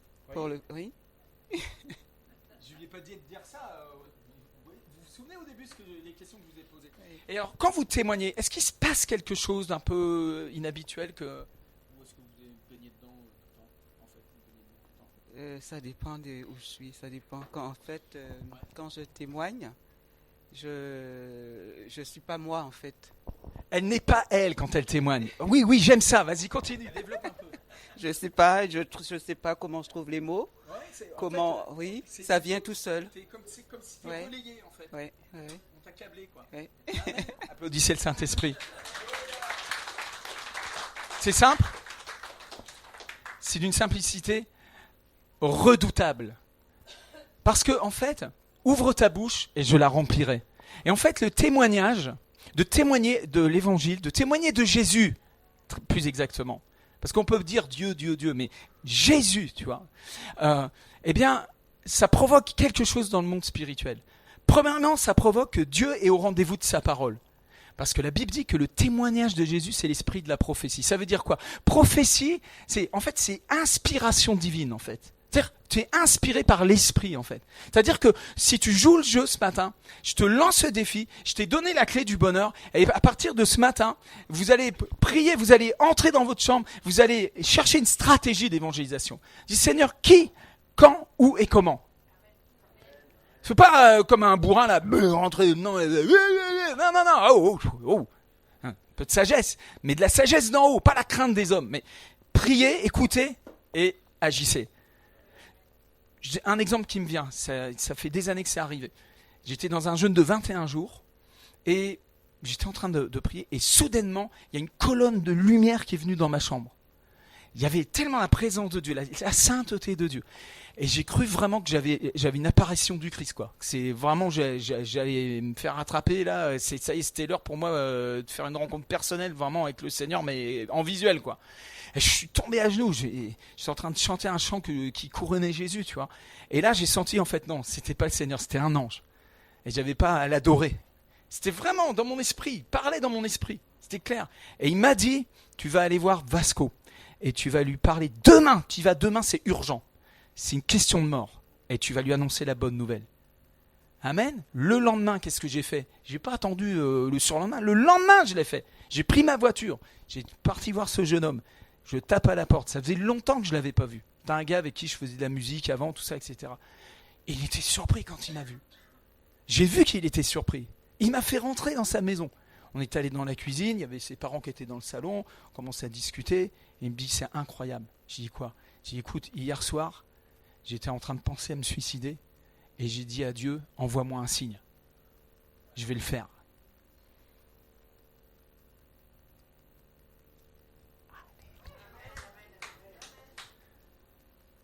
Et il a commencé à me confesser sa vie de péché, tout ça, etc. Plein de problèmes. Amen, amen, amen. Je ne suis pas parti dans une stratégie d'évangélisation à coup de tract, boum, mange-moi ça, tu vas te convertir. Je ne suis pas contre les tracts, c'est bien. Moi, on m'a donné, à l'époque, quand je me suis converti, j'étais drogué, tout ça, etc. On m'avait donné un petit document il y a beaucoup dans les églises baptistes. Je ne sais pas si vous faites ça ici, où tu as des versets de l'Ancien et du Nouveau Testament. C'est un truc tout simple, un petit carnet comme ça. Et vous avez des séries de versets. Et au fur et à mesure que vous lisez les versets, vous recevez une conviction de péché. Et après, on vous amène au salut et à la réconciliation avec Dieu. Et ce petit carnet, ça m'a vraiment aidé. C'était la parole de Dieu. On n'a pas besoin de changer la parole. La parole, elle est vivante, efficace. Prêchez la parole. C'est pas du jargon, c'est la parole du Seigneur. Elle est vivante. Elle va ensemencer une personne, elle va lui donner la vie. Toutes les personnes qui sont nées de nouveau ici, vous pouvez demander à votre pasteur. Tout le monde ici qui a reçu Jésus-Christ, comment ça s'est produit? Vous avez entendu une parole de vérité qui vous a fait naître de nouveau. Vous avez entendu l'évangile et cet évangile vous a converti à Jésus-Christ par la puissance du Saint-Esprit. Amen. Je veux vraiment vous lancer ce défi que à partir d'aujourd'hui, pour ceux qui ne le faisaient jamais, eh bien vous allez prendre le pas pour le faire et commencer à imaginer avec Dieu, prier, demander au Seigneur comment le faire, où, de quelle manière. Lisez le pain des miracles. Il y a plein d'idées dedans. Il y a plein d'idées. Il y a plein de solutions, plein de possibilités. Vous savez, peut-être il y a ici parmi nous quelqu'un qui est très capable au niveau technique. Et vous pouvez peut-être fabriquer un appli pour mettre pour que les gens, quand ils vont dans les trucs d'appli, eh ben, tac, ils vont tomber sur musulmans, islam, machin, bouddhisme. Oh, tiens, Jésus m'a sauvé. Je clique dessus et là, t'ouvres et un témoignage. Un livre gratuit. Et le gars, dans le secret de sa chambre, il peut lire ça et être sauvé. C'est une possibilité. Vous allez sur Internet, vous tapez Dieu. Faites-le. Tapez Dieu sur Google. Vous allez voir. Allah Akbar, Allah Akbar. Les musulmans, ils ont compris. Ils ont tout pris. Ils sont en train d'embarquer tout, quoi. Allô? Où sont les enfants de Dieu? Où est la lumière dans la ville? Que seraient nos vies sans les églises locales, sans des centres de réveil? Et Jésus nous a demandé de faire des disciples, d'être ses témoins, de guérir les malades. C'est un commandement du Seigneur. Allez, guérissez les malades, purifiez les lépreux. Alléluia, on doit le faire. Amen. Je vais prier pour les malades ce matin. Dieu m'a commandité de le faire. Malheur à moi si je prie pas pour les malades ce matin. C'est un commandement du Seigneur. Allô? À l'huile. Baptiser les amygdales.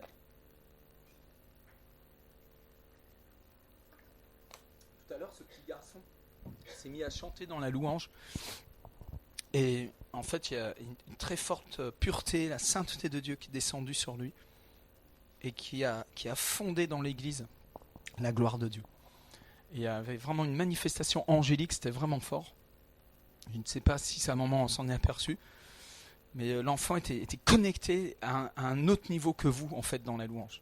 Et il y avait une sainteté, une pureté, parce que Dieu fonde sa gloire par la louange des enfants à la mamelle. Et ça, c'est vraiment une réalité spirituelle. Et les dominations, les puissances, les autorités sont littéralement, violemment repoussées, agressées par ce type de louange. Et le Seigneur veut nous amener à être comme des enfants. On n'entre pas dans le royaume des cieux avec de la cervelle. Le jus de cervelle n'a jamais servi à Jésus-Christ. Ça a servi juste pour qu'il soit crucifié, en fait. C'est le jus de cervelle qui a crucifié Jésus. Le jus de cervelle religieux, le jus de cervelle cupide, ça, la pensée de Judas, hein, Pierre voulait l'empêcher qu'il meure. Et en fait, le jus de cervelle nous sert juste à nous démontrer qu'on n'en a pas besoin, en fait. Mais on a besoin du Dieu Tout-Puissant ce matin. Amen. Est-ce que tu peux me jouer un petit morceau là ? Oh tiens, je vais vous faire... Est-ce qu'on peut écouter un CD ici ? Il y a possibilité ? On peut mettre un CD ? Tu peux aller le chercher. On va entendre un morceau. Comme ça, en même temps, je présente mon album. On a fait un album avec mon épouse de plusieurs chants qu'on a écrits. Et on vous invite aussi à vous le procurer. Et vous allez voir, vraiment, c'est un cadeau du Seigneur. C'est le fruit de 30 ans de ministère, de vie, de prière dedans. Et j'aimerais vous partager un des morceaux. Et puis, suite à ça, voir comment le Seigneur va nous conduire. Ça va ? Vous allez bien ? Demande à ton voisin, tu as la clé ? En fait,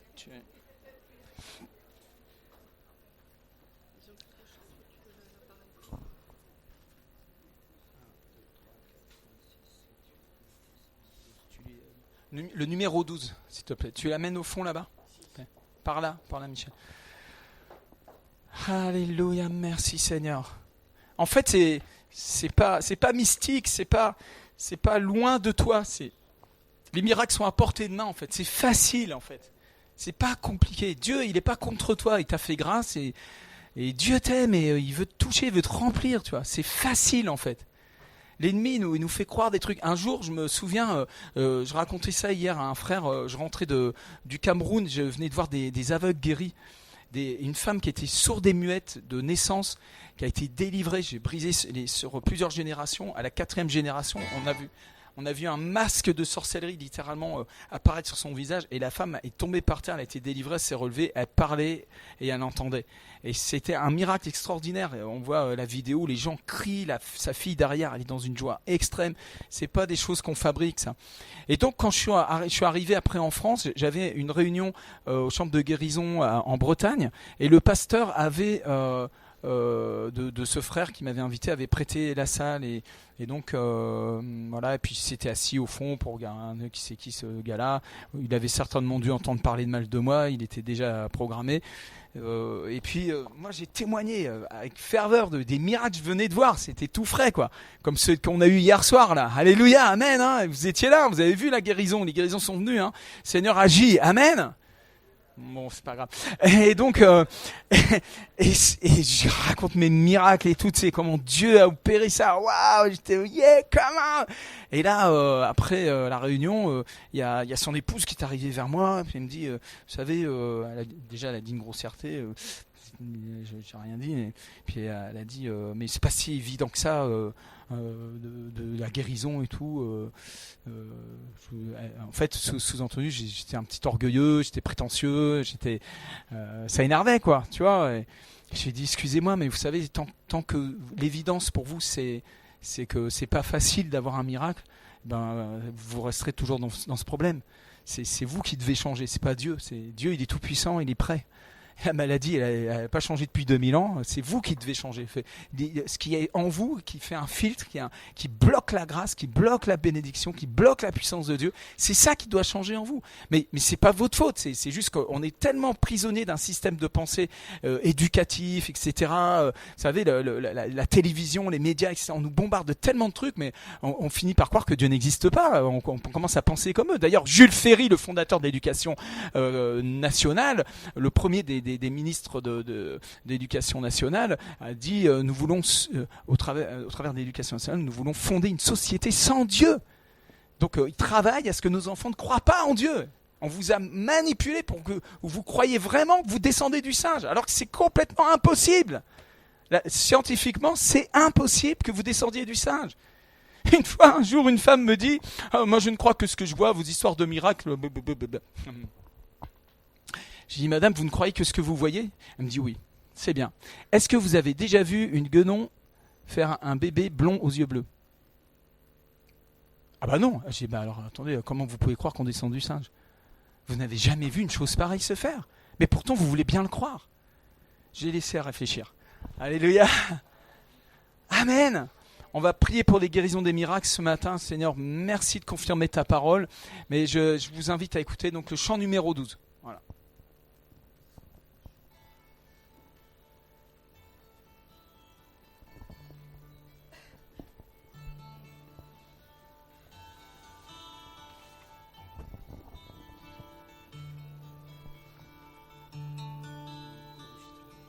Tu es mon seul Dieu.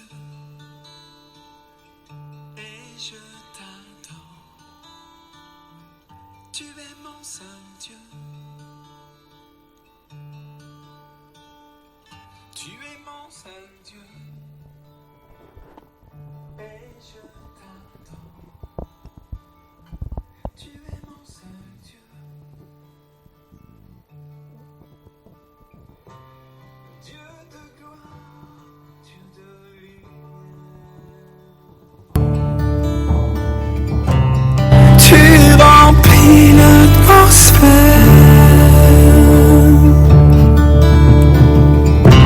du feu de ta présence. Voici les signes de ta puissance. Merci pour l'onction. Et tu m'envoies servir la moisson. Merci pour l'onction. Et tu m'envoies servir la moisson.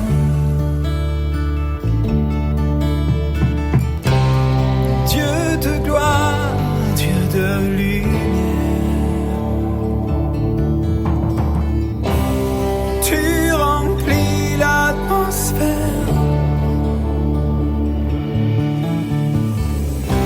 du feu de ta présence. Voici les signes de ta puissance. Voici les signes de ta puissance. Lent à la colère, riche en bonté, plein de compassion. Lent à la colère, riche en bonté, plein de compassion.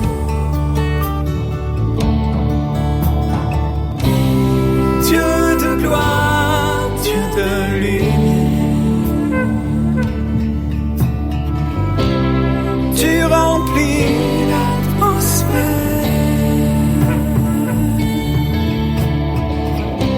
du feu de ta présence. Voici les signes de ta puissance. Voici les signes de ta puissance. Voici les signes de ta puissance. Voici les signes de ta puissance. Voici les signes de ta puissance. Voici les signes de ta puissance.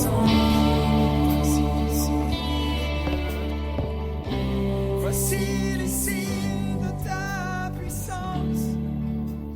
Est-ce que vous pouvez vous lever simplement en la présence du roi? Vous savez, Dieu est un esprit qui cherche des adorateurs en esprit et en vérité. Et puis ce matin, plusieurs, peut-être vous avez pris même une cartouche, peut-être je vous ai bousculé au travers de ce que je vous ai partagé, mais le Seigneur veut vraiment nous faire grandir, amen, et nous faire entrer dans notre destinée de fils, d'héritier. Il y a vraiment quelque chose de supérieur qui vient dans votre vie. Il y a forcément plus en Jésus-Christ. Levez vos mains dans la présence du Seigneur. Amen. Tu veux bien jouer dans le même ton, les mêmes notes, s'il te plaît? Merci Seigneur. Alléluia. Merci Jésus. Nous sommes des adorateurs ce matin, Seigneur. Nous venons pour t'adorer. Nous sommes venus adorer, Seigneur. Nous sommes venus écouter ta parole. Nous sommes venus donner de l'amour et en recevoir, Seigneur. Nous sommes venus pour ta gloire, Seigneur. Nous sommes venus pour des guérisons, des miracles, Seigneur. Mais nous sommes venus pour le bonheur aussi, Seigneur. Nous sommes venus pour être des gens heureux. Tu nous appelles au bonheur. Tout en nous soupire au bonheur. Et c'est tout le sens du psaume 23, Père. Alléluia. Ta parole dit que tu es mon berger, Seigneur. Un bon berger qui me conduit dans des verts pâturages. Alléluia. Dites verts pâturages. Alléluia. Alléluia. Shambaraba. Tu oins d'huile ma tête. Ma coupe déborde ce matin. Est-ce que vous voulez que votre coupe déborde? Vous savez c'est quoi cette coupe? C'est vous-même, c'est votre esprit, votre vie tout entière. Vous êtes une coupe que Dieu veut remplir et il veut qu'elle déborde. Amen, amen, amen. Alléluia. C'est pourquoi la générosité accompagne la vie chrétienne. Amen. Jésus a été tellement généreux qu'il est venu jusqu'à mourir sur une croix par amour pour nous. Amen. Hein, il dit que si nous connaissons l'amour de Dieu, alors cet amour-là, nous sommes censés le communiquer aux gens, le donner aux gens. Hier soir, il y avait un jeune homme qui s'appelle Sofiane, tout abîmé par la vie, qui a fait de la prison, tout ça, malheureux comme vraiment un pauvre gamin, quoi. Un jeune homme, mais tellement abîmé. Et je lui ai offert mon livre de la drogue à la liberté. Il était tellement honoré de ça. Il était content, quoi, parce qu'il a pu un peu s'identifier par rapport à ma vie passée. Et puis il est venu me dire au revoir, alors il me tend la main comme ça. Vous savez, je l'ai pris dans mes bras spontanément. Il s'est mis à rougir, tu sais, il était étonné, quoi, de la tendresse d'un père, de l'amour de Dieu. Amen. L'amour se communique, mes amis. On a vraiment besoin d'agapé ce matin, pas seulement philéo, mais agapé. L'amour de Dieu, en fait, la gloire, le plus haut niveau de la manifestation de la gloire, c'est pas des langues de feu au-dessus de la tête des disciples. C'est magnifique, des signes, des prodiges. Dieu se manifeste visiblement. Pas la trompette, s'il te plaît, mon frère. Pas la trompette, ça me couvre vraiment. Amen, amen. Alléluia, merci Seigneur. Et excuse-moi, c'est super, hein, mais je t'ai entendu dans la rue hier, c'était vraiment super. Et allez-y, hein, vraiment les évangélistes dans la rue, c'est magnifique. Je bénis les évangélistes, vraiment, on doit être une armée dans la rue, littéralement. Prenons la place, soyons sur la place publique. Et qu'est-ce que j'étais en train de dire? Alléluia, Shabbat Karababa. Seigneur, merci pour ta présence, ta gloire, Seigneur. Et le plus haut niveau de la manifestation de la gloire, mes amis, c'est la bonté de Dieu. Hein, c'est ce que dit la Bible. Alors la bonté de Dieu va se manifester. Vous savez, les 4 êtres vivants. Vous avez le lion, l'aigle, le bœuf et le visage d'homme. Et ça nous parle de la gloire. Hein. Les prophètes, quand j'ai vu la gloire du Dieu d'Israël, alors ils ont vu le trône et puis ils ont vu les 4 êtres vivants. Hein. Vous trouvez dans Ézéchiel, Ésaïe, dans Apocalypse. Amen. Ce sont des réalités spirituelles qui viennent à nous de cette façon-là. Mais c'est réel. Et en fait, ça nous parle du caractère, littéralement du caractère de l'épouse, qui est lion, qui est aigle, qui est bœuf et qui est visage d'homme. Amen. Alors ça nous parle du prophétique, de la puissance, de la royauté, hein, de la domination, mais ça nous parle aussi du service, des profondeurs, de cette charrue qu'il faut aller en profondeur, le ministère des pasteurs, des apôtres, et puis du visage d'homme. L'évangile a besoin d'avoir un visage humain. Les pauvres ont besoin de la main tendre de cette mère qu'on appelle l'Église. On a besoin de manifester la bonté de Dieu dans la ville. On doit être les number one. C'est pas les restaurants du cœur. C'est nous les chrétiens. On est les gens les plus heureux sur terre parce qu'on est les plus généreux sur terre. Amen. Il y a plus de bonheur à donner qu'à recevoir. Vous êtes venus chercher le bonheur. Oui, le bonheur et la grâce m'accompagneront. L'hébreu, c'est me persécuteront, me poursuivront littéralement. C'est-à-dire qu'en fait, j'arrive à un niveau de bénédiction où j'ai besoin de sagesse pour gérer cette bénédiction. Vous comprenez ce que je suis en train de vous dire? Dieu veut pas vous bénir de 3 gouttes de bénédiction ce matin. Levez vos mains dans la présence du roi. Il veut te bénir d'une surabondance de bénédiction. Jésus a dit que le diable vient pour voler, égorger, détruire, mais le bon berger donne sa vie pour ses brebis, pour qu'elles aient la vie en abondance. C'est l'abondance. Dites abondance.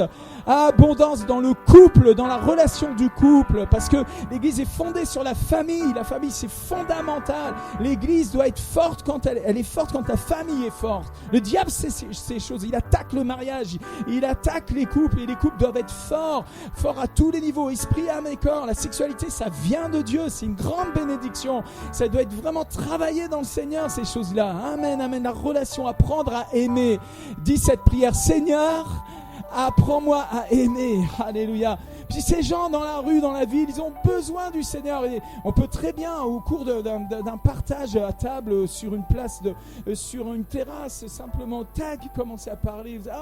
J'arrive, je vais prendre mon pain, j'arrive dans une boulangerie, j'étais là en train de siffloter et tout. La dame, vous êtes heureux. Nanana, vous savez, si vous saviez le bonheur qui est dans mon cœur. C'est une occasion d'annoncer l'évangile, mes amis. Amen, amen, amen. Toute occasion est bonne, amen. Levez vos mains, je sens l'onction qui est en train de monter sur moi là.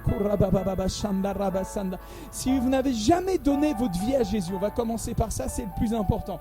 Si vous n'avez jamais donné votre vie à Jésus, peut-être ça fait plusieurs fois vous venez, vous êtes en train de chercher, vous avez fait du yoga, machin, vous avez essayé la Vierge, tous ces trucs-là, et vous savez que votre vie a besoin d'être connectée avec le ciel. Vous n'êtes pas encore sauvé. Le Saint-Esprit fait une pression sur vous. Il est en train de vous montrer, de vous convaincre de pécher. Vous savez, le péché, c'est pas les vilaines choses que vous avez. Hey, c'est sale ce que tu as fait. C'est pas bien. C'est vraiment pas bien. Mais tu sais quoi? Dieu t'aime, puis il veut te racheter, puis te nettoyer complètement. Mais le péché, c'est de ne pas croire en Jésus. C'est ça le péché. Le Saint-Esprit est en train de te convaincre. Si tu ne crois pas encore en Jésus, là, tu as besoin de croire au Fils de Dieu. Tu as besoin de croire qu'il est vraiment venu pour te sauver, te délivrer. Il ne te condamne pas, il te sauve ce matin. Alléluia. Mais tu as besoin de te repentir, évidemment. C'est pas rester dans ta crotte, là. Tu vas sortir de cette vie sale. En fait, tu ne vas pas sortir de cette vie sale. Fous-la à la poubelle et reçois la vie de Dieu ce matin. Allez, reçois une vie nouvelle, un nouveau commencement. Tu peux naître de nouveau. Tu peux recommencer avec le Seigneur. Il ne va pas détruire ce qui est bon. Il va ôter ce qui t'a détruit jusqu'à aujourd'hui. Il veut te délivrer complètement. Est-ce qu'il y a une personne comme ça qui a besoin d'être sauvée pour l'éternité? Jésus a dit: je suis le chemin, la vérité et la vie. Et nul ne viendra au Père que par moi. Et si tu n'as pas encore pris ce chemin, si tu n'es pas encore passé par les eaux du baptême, peut-être dans une religion, mais tu n'as pas encore donné ta vie à Jésus. Il n'est pas ton sauveur, ton Seigneur. Est-ce qu'il y a une personne comme ça ici ce matin? Je l'invite à venir devant rapidement, s'il vous plaît. N'ayez pas peur, n'ayez pas honte. Mettez de côté la fausse humilité, les trucs comme ça. Vous êtes tous sauvés, vous êtes tous des enfants de Dieu ici? Est-ce qu'il y a une personne ici qui a besoin de donner sa vie? Lève ta main, je veux te voir. Tu fais comme ça avec ta main. Courage. C'est le moment d'être sauvé. Hein. Il y a une personne là-bas? Tu bouges ta main, tu me fais coucou comme ça avec ta main. Moi, je veux donner ma vie à Jésus. Qui est cette personne? Vous êtes tous des chrétiens ici? Bon, je vais encore vous tirer une cartouche. C'est pas normal. Moi, quand je suis né nouveau à l'époque, jamais j'allais à l'église sans un ami ou un voisin ou quelqu'un. Ma voiture, je la remplissais et je les amenais dans mon église où j'étais baptisé à l'époque. Et si je n'allais pas dans les nations prêcher la parole de Dieu comme le Seigneur m'utilise aujourd'hui, je vous garantis, si j'étais un chrétien qui va le dimanche à l'église, je ne viendrai jamais seul. Never! Impossible! Je préférais rester dehors, à aller prêcher l'évangile à des gens qui font du sport, plutôt que de venir encore à l'église. Je vous le dis. Et soyez des gagneurs d'âme. Mes amis, je vous reprends au nom du Seigneur, mais dans l'amour. Mais je vous le dis, Jésus veut faire de toi un gagneur d'âme. Amen! Et si vraiment ce que je suis en train de te dire, c'est comme si j'étais en train de dire à un gars dans un fauteuil roulant, lève-toi et marche, et que tu n'en as pas du tout la force, reçois ton miracle. Tu vas pouvoir témoigner à partir d'aujourd'hui. On veut prier pour ça. Amen. Levez vos mains dans la présence du Seigneur. Donne ta vie à Jésus. Ça veut dire fais de lui un roi. Église, il est le roi des rois. Et toi, tu es son sujet. Et toi, tu es censé t'aligner sur lui. Tu n'as pas à tergiverser en fait avec lui. Tu as à te soumettre à lui. En fait, il y a beaucoup de chrétiens qui sont des chrétiens républicains, démocrates de la CGT et qui sont revendicateurs. Mais il n'y en a pas beaucoup qui sont des disciples, des adorateurs, qui craquent dans l'amour avec Dieu, qui sont des craqués de Dieu, des vendus à Dieu. Combien vous voulez être vendus à Dieu? Peu importe ce qu'ils diront de moi, peu importe ce que vous penserez de moi, je vous prêcherai la bonne nouvelle, je vous prêcherai cet évangile. Paul a prêché au prix de son sang. Les apôtres, tous les apôtres ont été tués. Il n'y en a pas un qui a échappé. Tous ont été assassinés à cause de la bonne nouvelle. Où sont les chrétiens de France? Où es-tu, Église? Où te caches-tu, Adam? Sors de derrière ton buisson de religion, de prétexte. Dieu n'est pas très intéressé par ton opinion. Dieu est intéressé par toi, par ta vie. Il t'aime et il veut te baptiser d'Esprit Saint et de feu ce matin. Alléluia! Lève tes mains, ferme tes yeux, regarde le Seigneur. Le Seigneur te dit, je vais augmenter le niveau. Je suis celui qui augmente le niveau. J'augmente le niveau de l'autorité. J'augmente le niveau de puissance. J'augmente le niveau d'influence. J'augmente le niveau de l'impact. Recevez. Je fais un dépôt ce matin. Je vais mettre dans plusieurs une soif intense. Je vais vous amener jusqu'au point où vous serez désespérés avec moi. Au point où je vais me glorifier au travers de vous, dit le Seigneur. Alléluia, Shambarababa. Moi, je bâtis mon église. Et les portes du séjour des morts ne prévaudront point contre elle. Je veux te baptiser de feu. Demande-moi le feu, demandez-moi et vous recevrez. Je suis ton roi ce matin, te dit le Seigneur. Alléluia. Toute langue confessera qu'il est Seigneur. Tout genou fléchira. Alléluia, levez vos mains. Vous savez ce que ça veut dire? Ça veure dire je me soumets à toi. Quand tu lèves les mains à Dieu, si tu te soumets à lui, et ça c'est de l'adoration. Alléluia, Shabababababa. Je t'adore, Seigneur. Je t'adore. Tu peux adorer ton Dieu. Voyez? Jésus a dit, Père, je leur ai donné la gloire que tu m'as donnée. Afin qu'ils soient un, comme moi je suis un avec toi. Toi en moi, moi en eux. En fait, cette prière de Jésus, c'était pas pour que nous fassions de l'œcuménisme avec. Non. Cette prière de Jésus, cette gloire, a un pouvoir surnaturel. Son pouvoir de la gloire là. C'est ce que cette sœur était en train de nous dire tout à l'heure. Quand elle témoigne, tout d'un coup, elle a l'impression que c'est plus elle. C'est la gloire commence à se manifester. En fait, la gloire qui vient sur toi a la vertu de faire que tu deviens un avec le Seigneur. C'est vraiment fort. J'ai pas besoin de fabriquer une unité. Elle vient automatiquement. Si moi je suis un avec le Seigneur, si je marche en lui, que lui est en moi, c'est ce que me dit ma Bible. Que je confesse Jésus-Christ devant les hommes comme étant le Fils de Dieu. Dieu demeure en moi et moi je demeure en lui. Ça c'est un miracle extraordinaire. C'est la clé de tous les miracles. C'est la clé de tous les bonheurs. Vous savez, enthousiaste, ça veut dire, ça vient de anthéo qui veut dire être en Dieu. Les gens qui sont en Dieu sont enthousiastes. Ils n'ont pas besoin de fabriquer la joie. Allez, on va chauffer la salle. Non, tu as la joie du Seigneur en toi. Elle est ta force. Elle est la force de ton âme. C'est le plus grand des antidépresseurs. C'est l'évangélisation, mes amis. Alléluia. Lève tes mains. Seigneur, je me soumets à toi. Je me soumets à ta parole, Seigneur. Je m'aligne sur ta parole.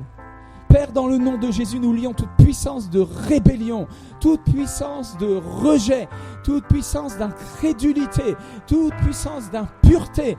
Dans le nom de Jésus, nous lions ces puissances ce matin. Seigneur, nous renversons les forteresses qui s'élèvent contre la connaissance du Fils de Dieu. Écoutez-moi bien, continuez à l'adorer, continue. Je me suis trouvé dans des endroits dans le monde où la gloire de Dieu est venue tellement intensément dans l'église que l'air est devenu phosphorescent. Les miracles éclataient dans la salle. Toutes sortes de guérisons, tout simplement parce que nous étions en train de servir le Seigneur par l'Esprit, avec les mains levées, en train de l'adorer. De l'adorer. Recevez et donnez-lui votre adoration ce matin. Église, à toi de jouer ce matin. Branche-toi sur le ciel. Branche-toi sur l'onction. Plus d'onction, Seigneur. Voici les signes. Répands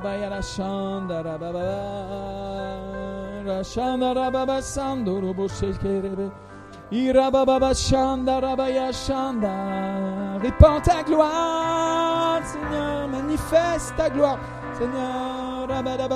Le jour de la Pentecôte, c'était tellement dingue ce qu'ils ont vécu. Je crois que la plupart des pentecôtistes d'aujourd'hui partiraient en courant de la Réunion si ça se passait dans leur église. Tellement c'était fou. Des langues comme des langues de feu ont paru au-dessus de la tête des disciples. Un vent surnaturel, la terre a tremblé. Un bruit surnaturel qui a attiré les gens de la ville. Comme un son surnaturel, peut-être le son du chauffard du ciel qui est venu et ça fait un bruit dans la ville de Jérusalem. Ça a attiré les gens à l'endroit où ils étaient. C'était surnaturel. Vous savez, ces mages qui ont été attirés pour offrir des offrandes aux pieds de Jésus, des offrandes de gloire. C'est pas des petites pièces, des offrandes de gloire. Comment ils sont venus là-bas? Une lumière leur est apparue, une boule de feu, comme une étoile, mais une étoile vivante qui bougeait, qui parlait, qui leur a donné des informations. Et elle marchait devant eux. La Bible dit que ça marchait devant eux, puis ça s'est arrêté au-dessus de la maison. À un moment donné, elle a disparu. Après, elle a réapparu. Ils la virent à nouveau. Ils furent remplis d'une très grande joie, la Bible a dit. Qu'est-ce qui s'est passé? La gloire de Dieu s'est manifestée. C'est pas une étoile dans le ciel comme ça, là. C'était pas des marins, là. C'était surnaturel. Ça venait du ciel. Et c'est reparti au ciel. C'est un ange. Une manifestation angélique. Oui, mais c'est ma Bible qui me le dit, vous savez.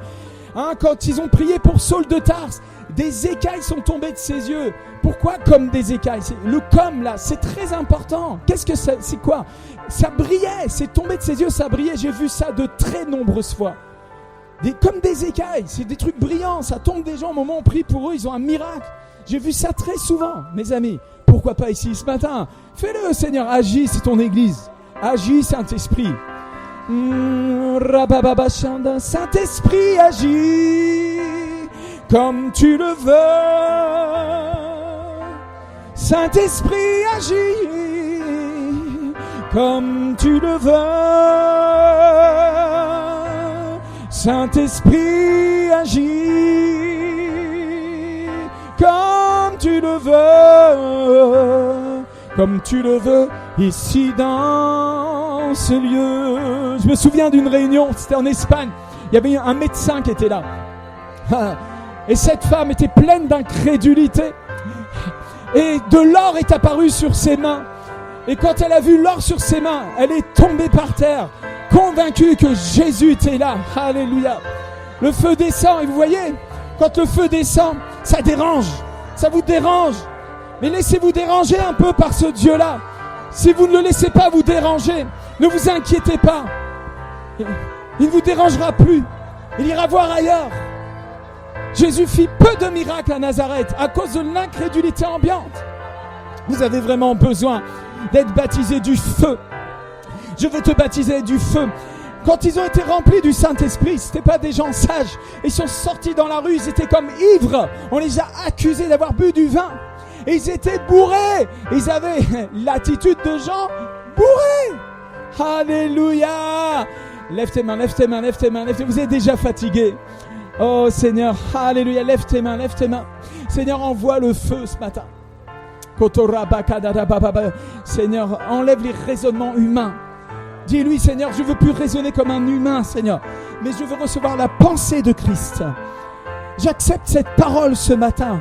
Ta parole, Seigneur, qui déclare, or, à celui qui peut faire, par la puissance qui agit en nous, infiniment au-delà de tout ce que nous demandons ou pensons. À lui soit la gloire, en Jésus-Christ et dans l'Église, dans toutes les générations, dans ma génération, ici et maintenant, Seigneur. Dans ton Église, ici et maintenant, Seigneur. La puissance qui agit en nous, infiniment au-delà de tout ce que nous demandons ou pensons. Car rien n'est impossible à Dieu. Alléluia. Levez vos mains, levez vos mains. Est-ce qu'il y a des croyants dans la salle ce matin? Il me faut que 2-3 personnes qui soient unies avec moi au nom de Jésus. Alléluia. Si 2 se mettent d'accord sur ce qu'ils demandent, cela leur sera accordé. Le niveau de foi a encore besoin de monter là. Seigneur, nous voulons nous repentir pour la ville d'Annecy, pour l'église Grand E d'Annecy, Seigneur, et même pour l'église de France et de la francophonie. En tant que chrétiens, nous te demandons pardon, Seigneur, pour l'incrédulité, ce grave péché. Vous savez que les incrédules vont finir dans un étang de feu et de soufre, ce qui est la seconde mort. Apocalypse chapitre 21 verset 8. L'incrédulité n'est pas un petit péché, c'est très grave. Ça conduit les gens dans l'éternité loin de Dieu. Et nous ne pouvons pas accepter ne serait-ce qu'un petit peu d'incrédulité. Un peu de levain fait lever toute la pâte. Ce matin, je veux me repentir, puis je veux recevoir la foi qui vient d'en haut. Je veux recevoir ce don de l'Esprit, Seigneur. Dis-lui, je veux recevoir le don de l'Esprit ce matin, Seigneur, au nom de Jésus. Puis pourquoi on reçoit le don de l'Esprit? Pourquoi on le reçoit? C'est pour le manifester. Vous savez, je veux un seul consommateur ici ce matin. Un seul. Son nom, c'est Jésus. Lui, il est le consommateur de notre foi.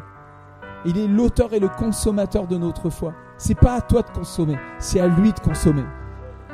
Ça, c'est les vrais adorateurs. Quand tu vas prier pour un malade dans la semaine qui vient, tu as une occasion de parler de Jésus. Tu vas prier pour une personne. Même si ça te paraît fou, fais-le, pose ta main et dis la parole. Seigneur, merci de guérir mon ami. Père, au nom de Jésus, je proclame la guérison. Je lis des puissances. Fais-le, tu verras. La gloire de Dieu va commencer à se manifester. Dieu va le faire. Et quand tu feras ça, tu sais ce que c'est ça? C'est un acte d'amour. C'est un acte d'adoration. Quand nous prions pour les malades, je vais prier pour toi. C'est un acte d'adoration. J'adore mon Jésus. J'adore mon Dieu. Et je proclame qu'il est vivant, qu'il est Seigneur. Et il fait ce qu'il a dit qu'il fait. Dieu est ce qu'il a dit qu'il est dans la Bible. Il fait ce qu'il a dit qu'il fait. Et moi, je suis ce qu'il a dit que je suis dans la Bible. Ce qu'il dit de moi dans la Bible, c'est ça que je suis ce matin. Et je fais ce que la Bible dit que je fais. Alléluia. Amen. Vous êtes déjà fatigué. Vous êtes déjà fatigué. Lève tes mains, lève tes mains, lève tes mains. Adore Jésus, adore le roi. Il y a une présence de Dieu ce matin. Plus d'onction, Seigneur. Alléluia. Si quelqu'un n'est pas encore baptisé du Saint-Esprit, c'est le bon moment pour recevoir. Recevez. Recevez le baptême du Saint-Esprit, un baptême de feu. Beaucoup sont baptisés du Saint-Esprit, parlent en langue, ça, mais pas baptisés de feu. Il y a besoin d'un baptême de feu. Oh, le feu, Seigneur. Vous savez, le feu, ça correspond au combat spirituel contre Jézabel. L'esprit de Jézabel qui nourrit les faux prophètes et qui veut voler la vigne que le Père a donnée comme héritage. Je ne me rappelle plus à son nom. Mais en fait, Élie va servir Dieu avec le feu, en fait. Il va attaquer l'esprit de Jézabel avec le feu. Et les chrétiens aujourd'hui, nous avons besoin du feu. Sans le feu du Saint-Esprit, vous n'arriverez pas. Vous ne percerez pas sans le feu du Saint-Esprit. Amen. Alléluia. Recevez un baptême de feu. Nous prions pour le feu. Amen. Oh, Jésus a dit, je suis venu jeter un feu sur cette terre. Qu'ai-je à désirer s'il est déjà répandu? Excusez-moi, est-ce que ça vous intéresse ce que Dieu désire? Je sais, vous êtes venus avec tous vos désirs. Vous avez une longue liste. Vous venez à l'église avec votre liste. Mais Dieu aussi a une liste. Elle est plus importante que votre liste. S'il vous plaît, dans la liste de Dieu, il y a toutes les réponses à votre liste en réalité. Servez-lui en premier. Cherchez premièrement le royaume de Dieu et sa justice. Et toutes choses vous seront données par-dessus. Seigneur, s'il te plaît, brûle l'église de France. Brûle-la, Seigneur, de ton feu saint, Seigneur. Envoie le feu ici ce matin, Seigneur. Oh, Shatarababa Sandal. On n'est pas intéressé par de la religion. On n'a pas besoin de la religion. Non. On a besoin du feu feu du Saint-Esprit. Oh, on a besoin d'être une église en feu, Seigneur. On a besoin de l'enseignement des apôtres, de la communion fraternelle, la fraction du pain, la persévérance dans les prières, mais dans le feu du Saint-Esprit, Seigneur. Seigneur, nous voulons nous repentir de notre tiédeur, de l'église de Laodicée, la tiédeur. Je vomirai les tièdes. Soyez froids, soyez bouillants, mais les tièdes, je les vomirai, dit Jésus. Oh, on ne veut pas être vomi, on va être embrasé, Seigneur. Alléluia. Levez vos mains encore. Ça, c'est de l'humilité, de se mettre sous la main de Dieu. La Bible dit, humiliez-vous sous la main puissante de Dieu ce matin. Humilie-toi sous la main puissante. Peuple de Dieu, repens-toi. Repens-toi de tous tes compromis, de tous tes péchés, de tout ce que tu t'es fait comme cadeau. La chair, le Seigneur n'est pas là pour satisfaire la chair. Il est là pour te remplir du feu du Saint-Esprit. Combien vous voulez le feu? Combien vous voulez le feu? Vous savez, il y a comme un Goliath pour certains, c'est la culpabilité. Vous êtes tout le temps coupable devant Dieu. Vous vous culpabilisez sans arrêt. Et vous avez une opinion de vous qui est tellement négative. C'est vraiment attristant, quoi. Ça attriste le Saint-Esprit. Vous êtes une personne tellement merveilleuse, tellement unique. Et Dieu t'aime. Et il veut faire de toi sa plus grande joie. Alléluia. Alors réjouis-toi dans le Seigneur. Lève tes mains. Viens au Seigneur comme un petit enfant ce matin. Plus d'onction, Seigneur.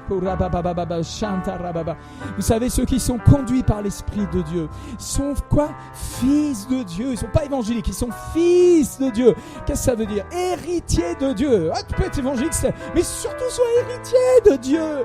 Héritier, co-héritier avec Christ. Ah, Seigneur, je suis ton petit frère. Alléluia, praise the Lord.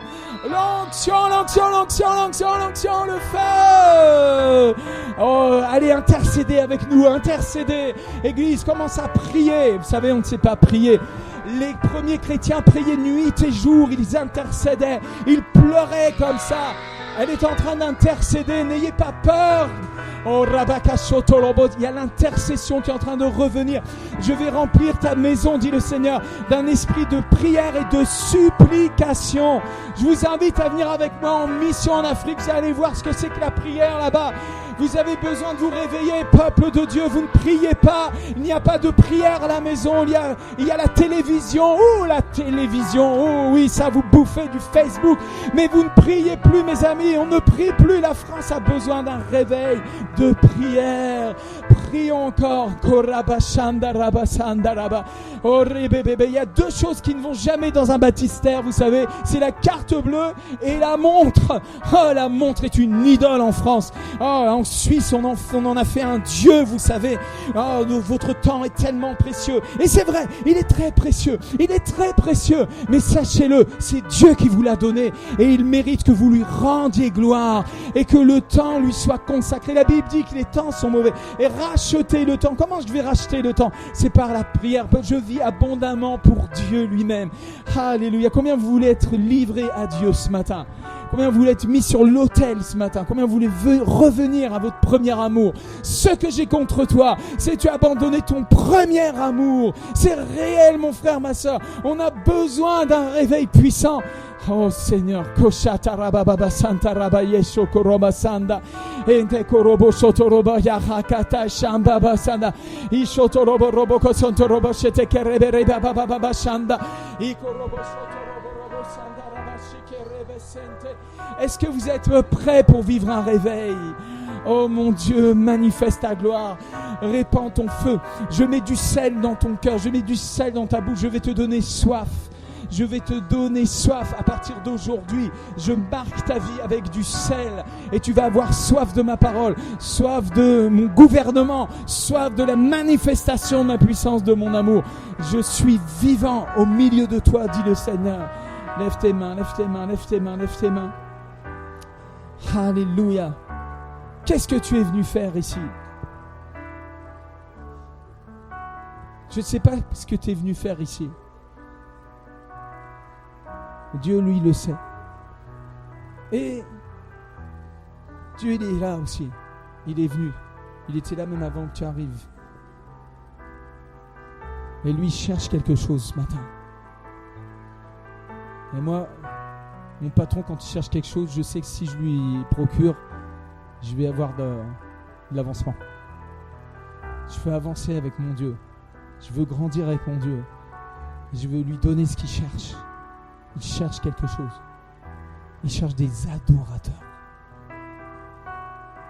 En esprit et en vérité. Un vrai adorateur, c'est quelqu'un qui témoigne de Jésus, qui n'a pas honte de l'évangile. Jésus a dit, n'ayez pas honte de moi. Celui qui a honte du Fils de l'homme, je rougirai devant mon Père. Je rougirai de lui. Les lâches n'hériteront point le royaume des cieux. C'est la Bible qui le dit. Est-ce que vous voulez, ce matin, revenir de tout votre cœur au Seigneur? Si j'ai bien fait mon boulot, normalement, il y a un réveil qui va exploser dans cette église. Vous allez commencer à revenir. Votre pasteur va être soulagé. Il y a la prière qui va revenir, le feu. Vous allez prier abondamment. Commencer à évangéliser, à distribuer de la nourriture aux gars qui sont dans la rue, tout ça, etc. Prendre la place dans la cité. Faire connaître Jésus. Faire des disciples, ouvrir des cellules de maison, des groupes de prière. Prier pour les malades et commencer à expérimenter la guérison. Et ça va se multiplier. Vous allez voir la gloire de Dieu. Oui, amen. Ou c'est juste un avion qui passe? Je lève mes mains, Seigneur, en ton nom, Père, dans cet endroit. Je lève la coupe de la délivrance ce matin, Seigneur. Je te demande des guérisons maintenant, Seigneur. Merci pour ce message prophétique que tu as donné dans cette église, Seigneur. Tu aimes chacun de tes enfants. Tu les chéris. Alléluia. Tu les aimes d'un amour éternel, Seigneur. Tu es un grand Dieu. Tu es tellement patient avec nous. Tu as dit, si quelqu'un a péché parmi nous, tu es fidèle et juste pour nous pardonner. Tu es un avocat extraordinaire, patient. Quelle patience pour nous, Seigneur. Mais réveille nos cœurs. Réveille l'amour, Seigneur. Réveille le feu. Amène-nous dans cette dimension de l'évangile, le surnaturel, le naturel de Dieu, dans le nom de Jésus. Alléluia. Merci, Seigneur. Ah, merci, Saint-Esprit. Merci, Seigneur. Vous avez vu pendant que je parlais, vous avez vu des visages, vous avez pensé à des personnes. Dieu est en train de te les montrer. Tu vas commencer à prier pour ces personnes. Tu peux prendre une feuille, puis tu vas mettre les noms de ces personnes, tu vas mettre ça dans ta Bible.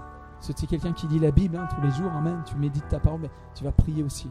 Tu vas prier pour ces personnes, tu vas prier en langue. Tu vas prier. Puis le Seigneur va te donner une idée. Puis tu vas aller parler avec elle. Tu vas lier les démons, ça. Et tu vas... Et puis vous allez avoir une stratégie, peut-être un petit déjeuner. Je ne sais pas comment vous faites ici pour évangéliser. Mais ça va augmenter par la puissance du Saint-Esprit. Est-ce que vous voulez bien applaudir la parole du Seigneur ce matin? Au nom de Jésus. Au nom de Jésus. Ok. Waouh!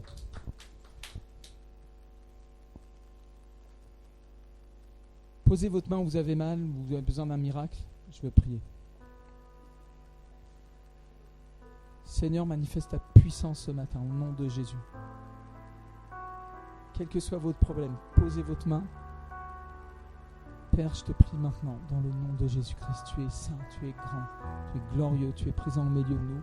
Tu as dit ce que vous demandez au Père en mon nom, je le ferai.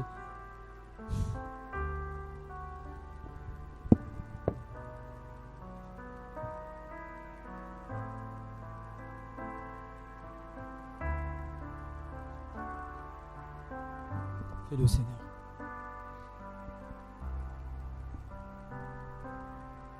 Glorifie-toi, Seigneur. Des guérisons au nom de Jésus. Quel que soit votre besoin, posez votre main. Seigneur, merci d'agir maintenant. Nous lions toute puissance d'esprit, de maladie, toute infection.